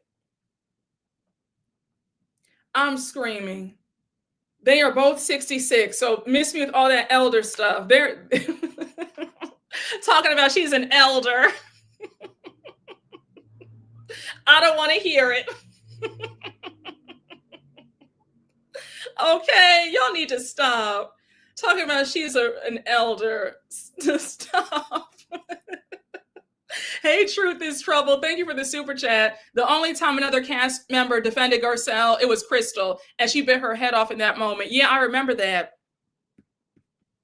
Hey, DM Rocks, thank you for the super chat. Did you hear about how Garcelle and Bose apparently had a heated exchange at the reunion? I keep hearing this too.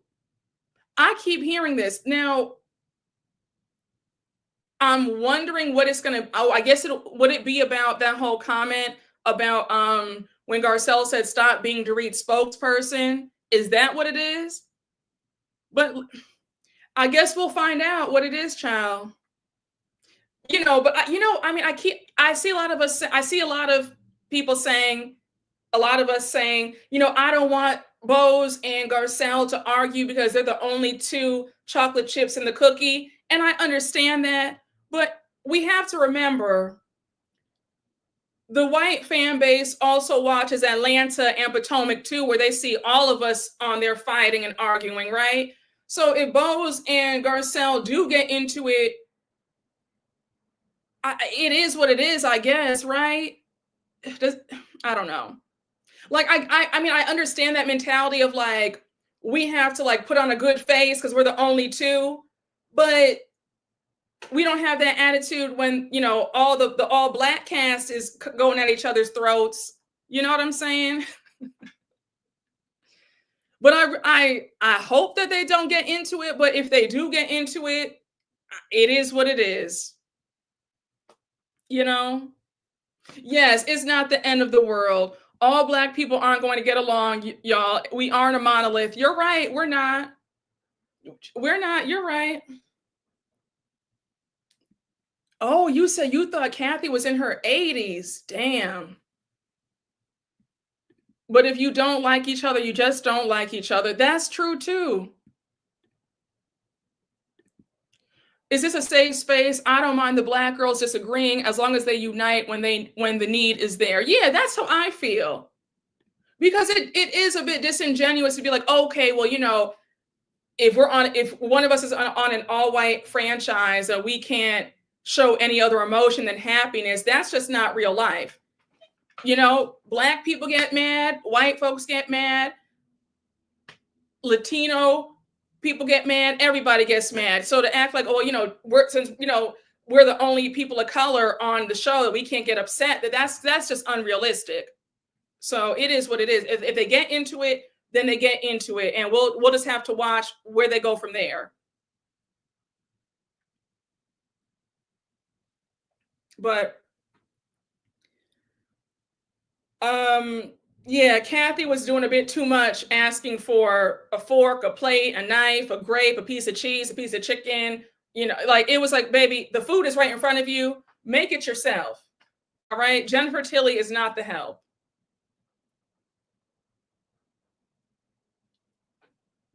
Yes. Okay. We're all on the same page. Anger is a human emotion. We all experience it. Unlike that Wendy and Nneka mess. Well, that should not have been brought on a public platform at all. That's what no, that was unacceptable. And Ashley should have been fired for even making that a storyline to pit them again. No, that's wrong. We're not talking about that. Bringing stuff like that up, that's unacceptable. But anyhow, they're eating their food, and now we have. Sorry, I lost my spot. Forgive me. Okay, so they're eating, and now we see Kyle go off to the front of the boat to sunbathe. So now we have Dorit following her, and so they're sitting down talking.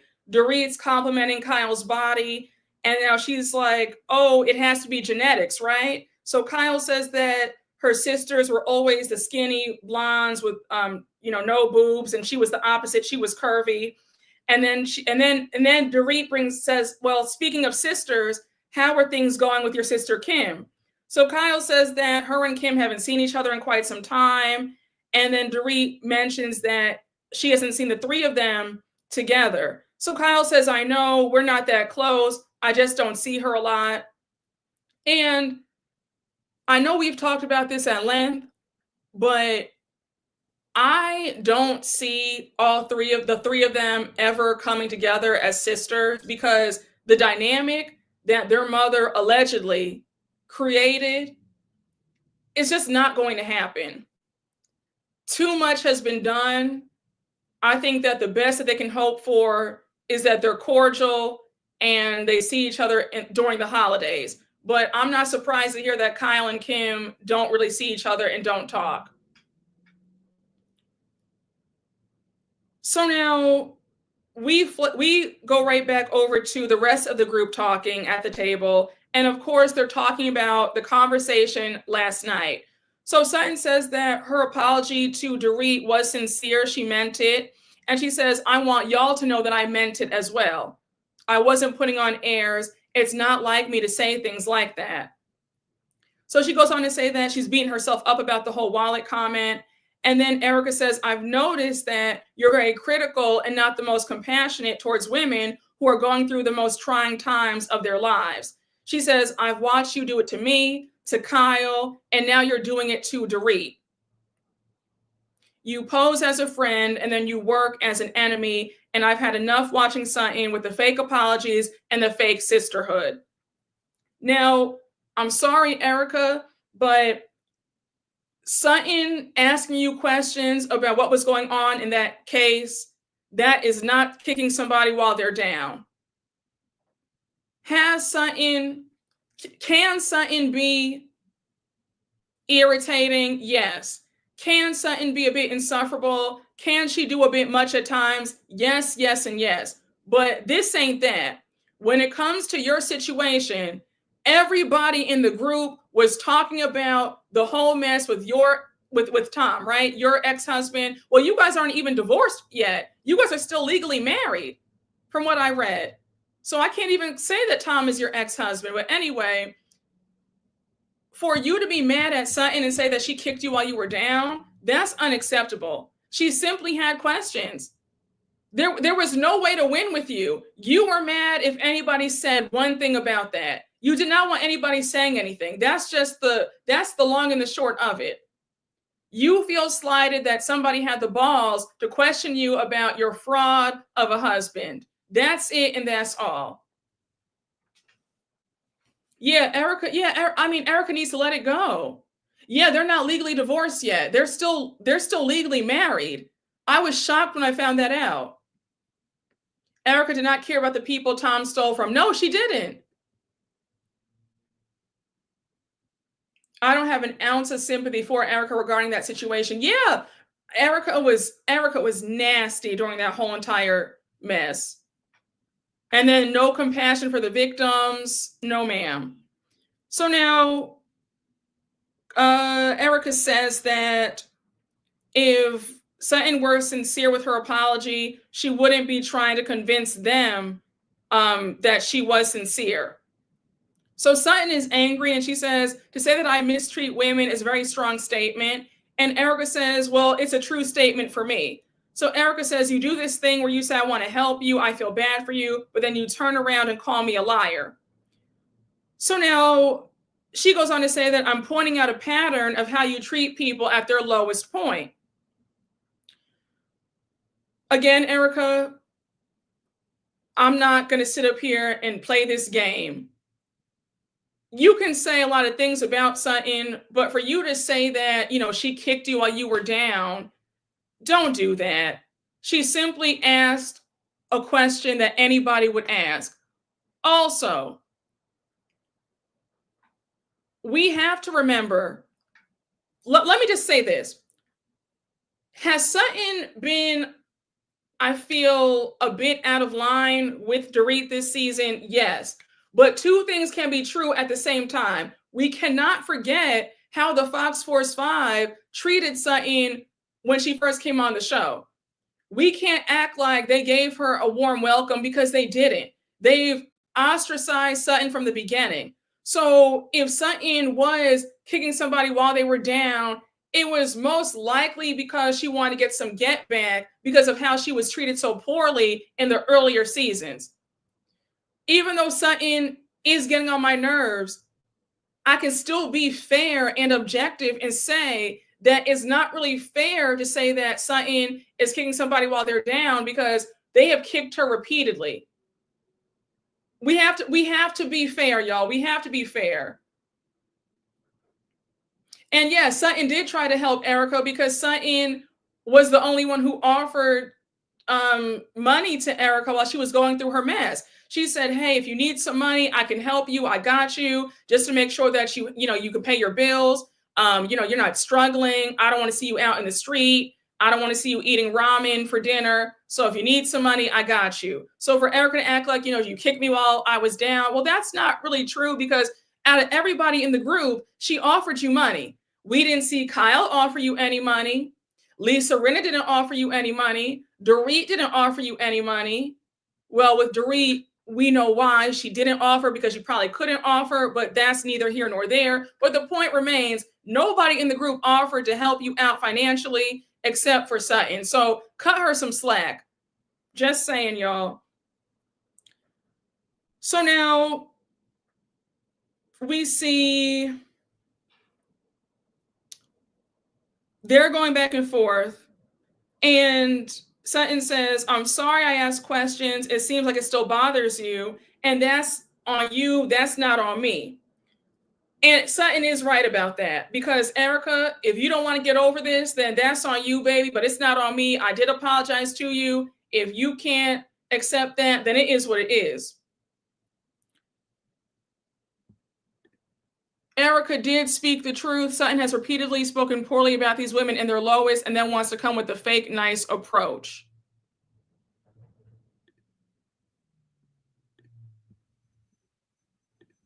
How sincere was it, though? It's giving LVP when she offered to help Taylor. I mean, I do believe that Sutton would have given Erika the money. Now, as far as how sincere it was, I could see Sutton doing something kind of shady where she would give her the money and then tell everybody in the group that she helped her to rub it in Erika's face. I could see her doing that. But the point still stands that she was the only one to offer to give her some money to help her, and nobody else did. Erika's points are salient, but she wouldn't. But she's the wrong messenger. Brooke, please, she wouldn't. Oh, you don't think that Sutton would give her the money? Oh, you thought that she just said that. Oh, well, hey, maybe you're right. Maybe you're right.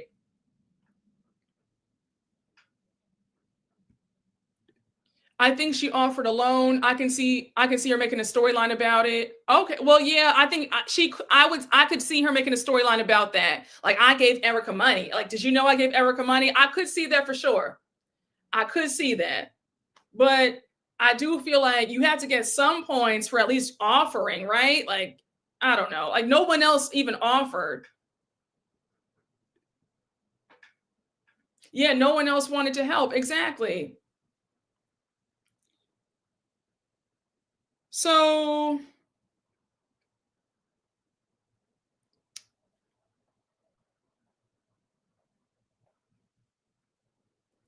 where are we?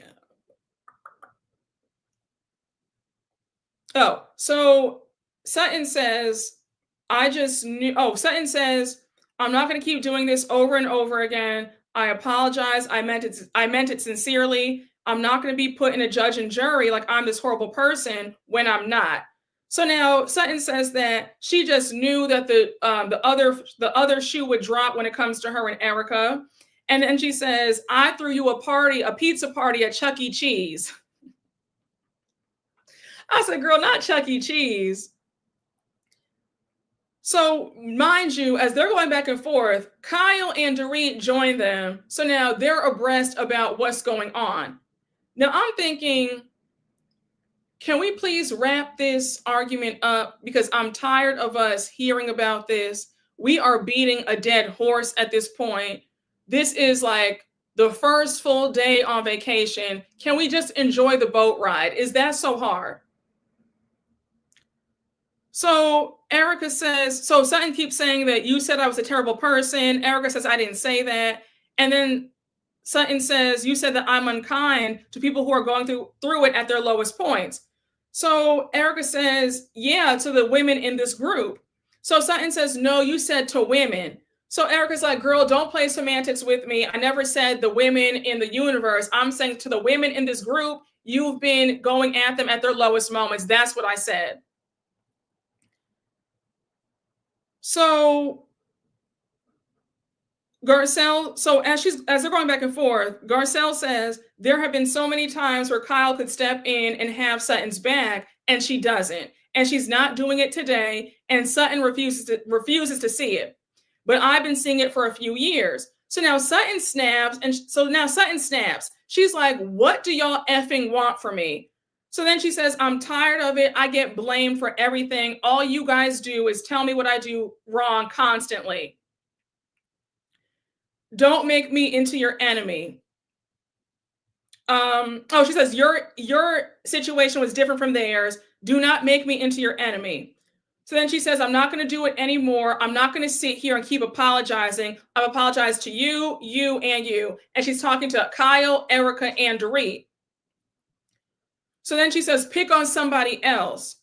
So now Dorit jumps in and says, but why do you think that it's okay for you to pick on somebody? And now Sutton says, come on, Dorit. And now Sutton says that she was so henpecked by Dorit. And Dorit's like, I don't know what you're talking about. Can you please speak English? So when I tell you, Sutton had me on the floor because Sutton starts speaking in this English accent to mock Dorit. And I have to say, that was really funny. I said, Sutton, you did eat that one little thing. So Dorit says, you only apologize for caviar. You apologize for caviar, Caspia, and that's it. So Sutton says, yeah, that's all I'm apologizing for. So now Dorit's like, look, do you want to move forward? Yes or no? And Sutton says, no, I'm good right now. And Dorit's like, well, there you have it. I'm not surprised. The first time that Sutton's actions and her words match. So we have Bose in her confessional, and she says, this is surprising. I don't know Sutton in this way. I'm seeing a different side of her that I'm not sure that I like. Sutton is going through it, right? Nobody's coming to her defense. It's quiet. Sutton says that it's not going to be Sutton on trial at sea, and now she storms off. So we end the episode with Garcelle saying, normally I would have something to say because I don't like the pile on Sutton, but right now I'm not doing that. The other night, she did not have my back, so I'm not going to stick my neck out for her when she does not always do it for me. She can deal with it. I said, folks, you heard it here first. Don't be surprised if this is the beginning of the end of Sutton and Garcelle's friendship, because the cracks are starting to show. For Garcelle to say she can deal with that herself, I said, oh, Garcelle is pissed. Garcelle is pissed. She is not pleased. And I'm not even mad at Garcelle, because if I always have your back, I'm always going after you, fighting your battles. When I need you the most, you leave me hanging. No, it's time for you to put your big girl panties on and you fight them yourselves. I'm done. I'm sitting this out. Garcelle essentially low-key burned the cape. It was very much like, no, you can figure this out. I'm resting right now. I wasn't mad at it. I was not mad at it, because you got to sometimes show people better than you can tell them. And if I've always had your back and you can't have mine, I'm going to need you to figure out how to fight your own battles. I've checked out. That's all on you. Again, I think that there is going to be some lingering tension for the next season, because the way Garcelle and Sutton sort of got into it again on the after show, that was telling. For Sutton to also change the topic by talking about Jennifer Tilly's boobs, I said, yeah, there are some cracks in this foundation. And some of y'all keep saying, that's friendship. There are fights and bumps in the roads. This is different, because their friendship isn't on solid ground, if we're being honest. Their friendship, to me, feels like a friendship of convenience, because the Fox Force 5, they were on the outs with them, especially when it comes to Sutton. Because Garcelle, don't get it twisted, Garcelle, I feel, has very solid self-esteem where she doesn't care that much. But with Sutton, she needs their approval.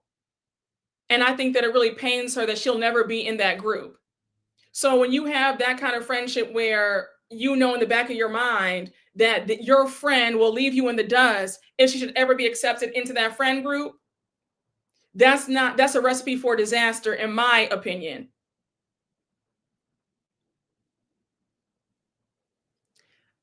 Listen, if I'm wrong, if I'm off base, let me know. Let me know. It is okay to be wrong. I am not saying that I am always right. I'm not saying that what I'm saying is the gospel truth. By no means. I'm just a woman with her little opinions, giving her 2 cents. But from where I'm sitting and how things play out in real life, where these sort of things happen a lot, where you have uneven friendships, one-sided friendships, I won't be surprised if there's some lingering tension for season 15. Just saying. And these shows are interesting because it's really just like a microcosm of real life, like the dynamics of social hierarchies and social dynamics, and who's in, who's out. This person's jealous of that person. There's so much. That's why I find it's like a study in human behavior, low key. That's why I enjoy it, because it's like you really see how like human nature is the same across the board, right? Like on any level, people are struggling with the same things socially. People want to fit in. People want to be cool. This person doesn't care about that. Like, you see how it plays out. So I don't think that I'm off base when I say that there probably is some lingering tension between Garcelle and Sutton, and we might see it play out next season. You know, I'm just saying, and I'm sure a lot of us have seen it in real time. These kind of things play out.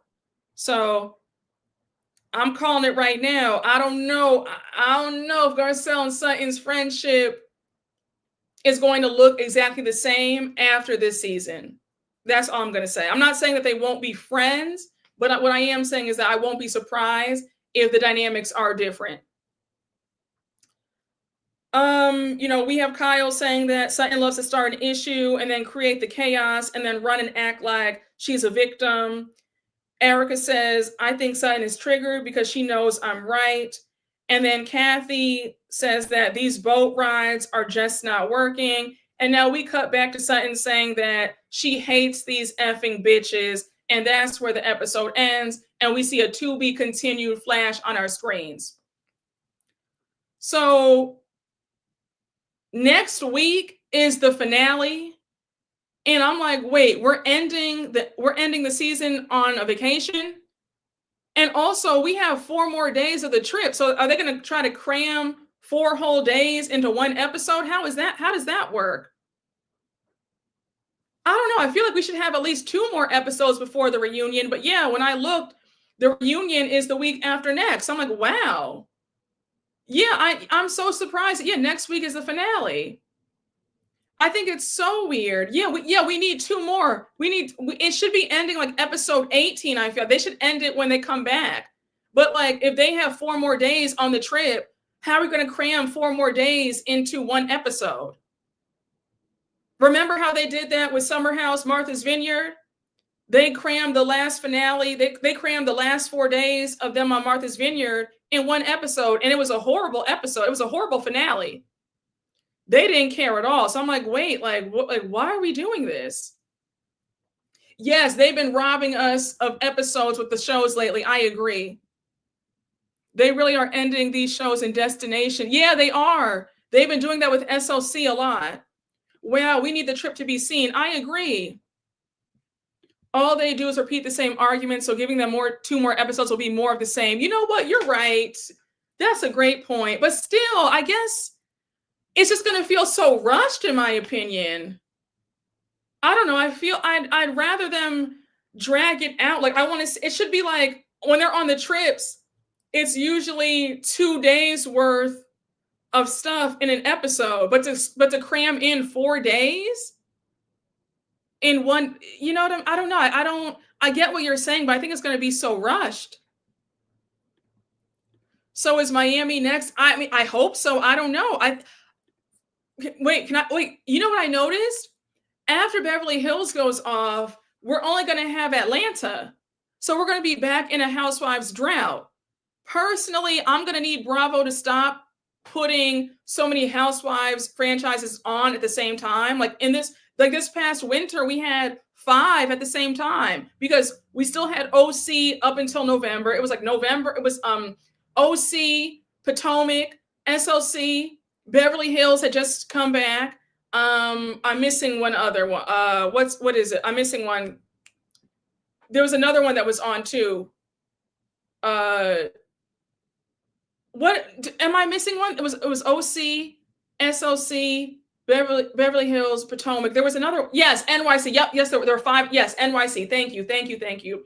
They have 5 on one at one time, and I wish they wouldn't have done that. Like. There should always be at least 3 Housewives going on at the same time, in my opinion. That's the sweet spot. So we're only gonna have 1 housewife, city on. Atlanta's gonna be covering us for like the next several months, I guess. Yeah. Oh yeah, the Valley. The Valley's that's a really good show. Yeah, we haven't heard anything about Miami. Hopefully Miami comes back soon. Yeah, New York was so boring you forgot it. Exactly. I can't wait to hear what happened to Alexia and Todd. Allegedly, they're getting back together. Is that what I'm hearing in the Miami streets? Miami is back soon. Hopefully. I mean, yeah, can they bring the commercials?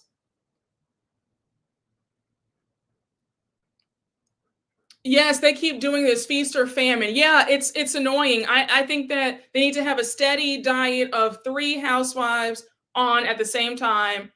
Um, it's just too. It's just I don't. It's too like it's an unbalanced. It's too imbalanced in my opinion to have 5 on at one time and then you go from 5 to 1 and then back to 5 again, back to 1 again.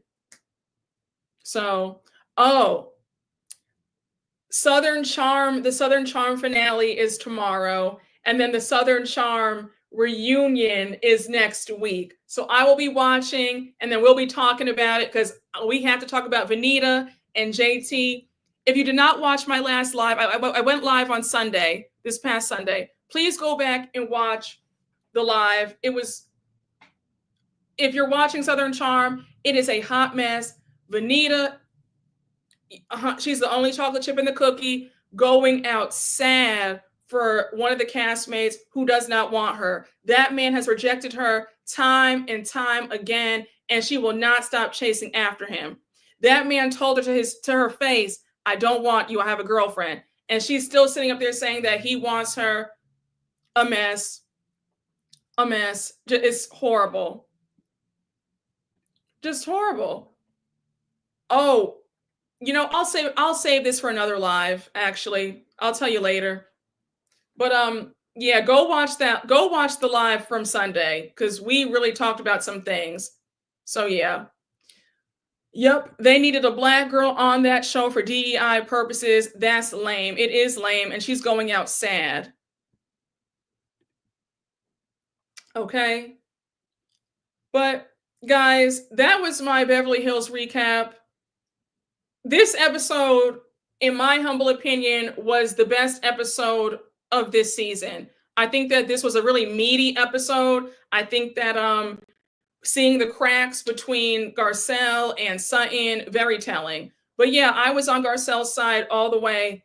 She told no lies. But I hope you guys enjoyed the recap. Thank you all for tuning in. And I will see you all for Atlanta. I'll see you. I'll probably go live again about. We'll talk about other stuff. So yeah, I will see you guys later. Have a great rest of your afternoon, and we will talk soon. Okay, but I love you guys, and thank you for joining me. Y'all are the best. And thank you to the mods. Thank you for my moderators. You guys always hold it down in the chat. I appreciate you. Just wanted to let you know. All right, guys. Bye. I will see you all later. Bye, guys.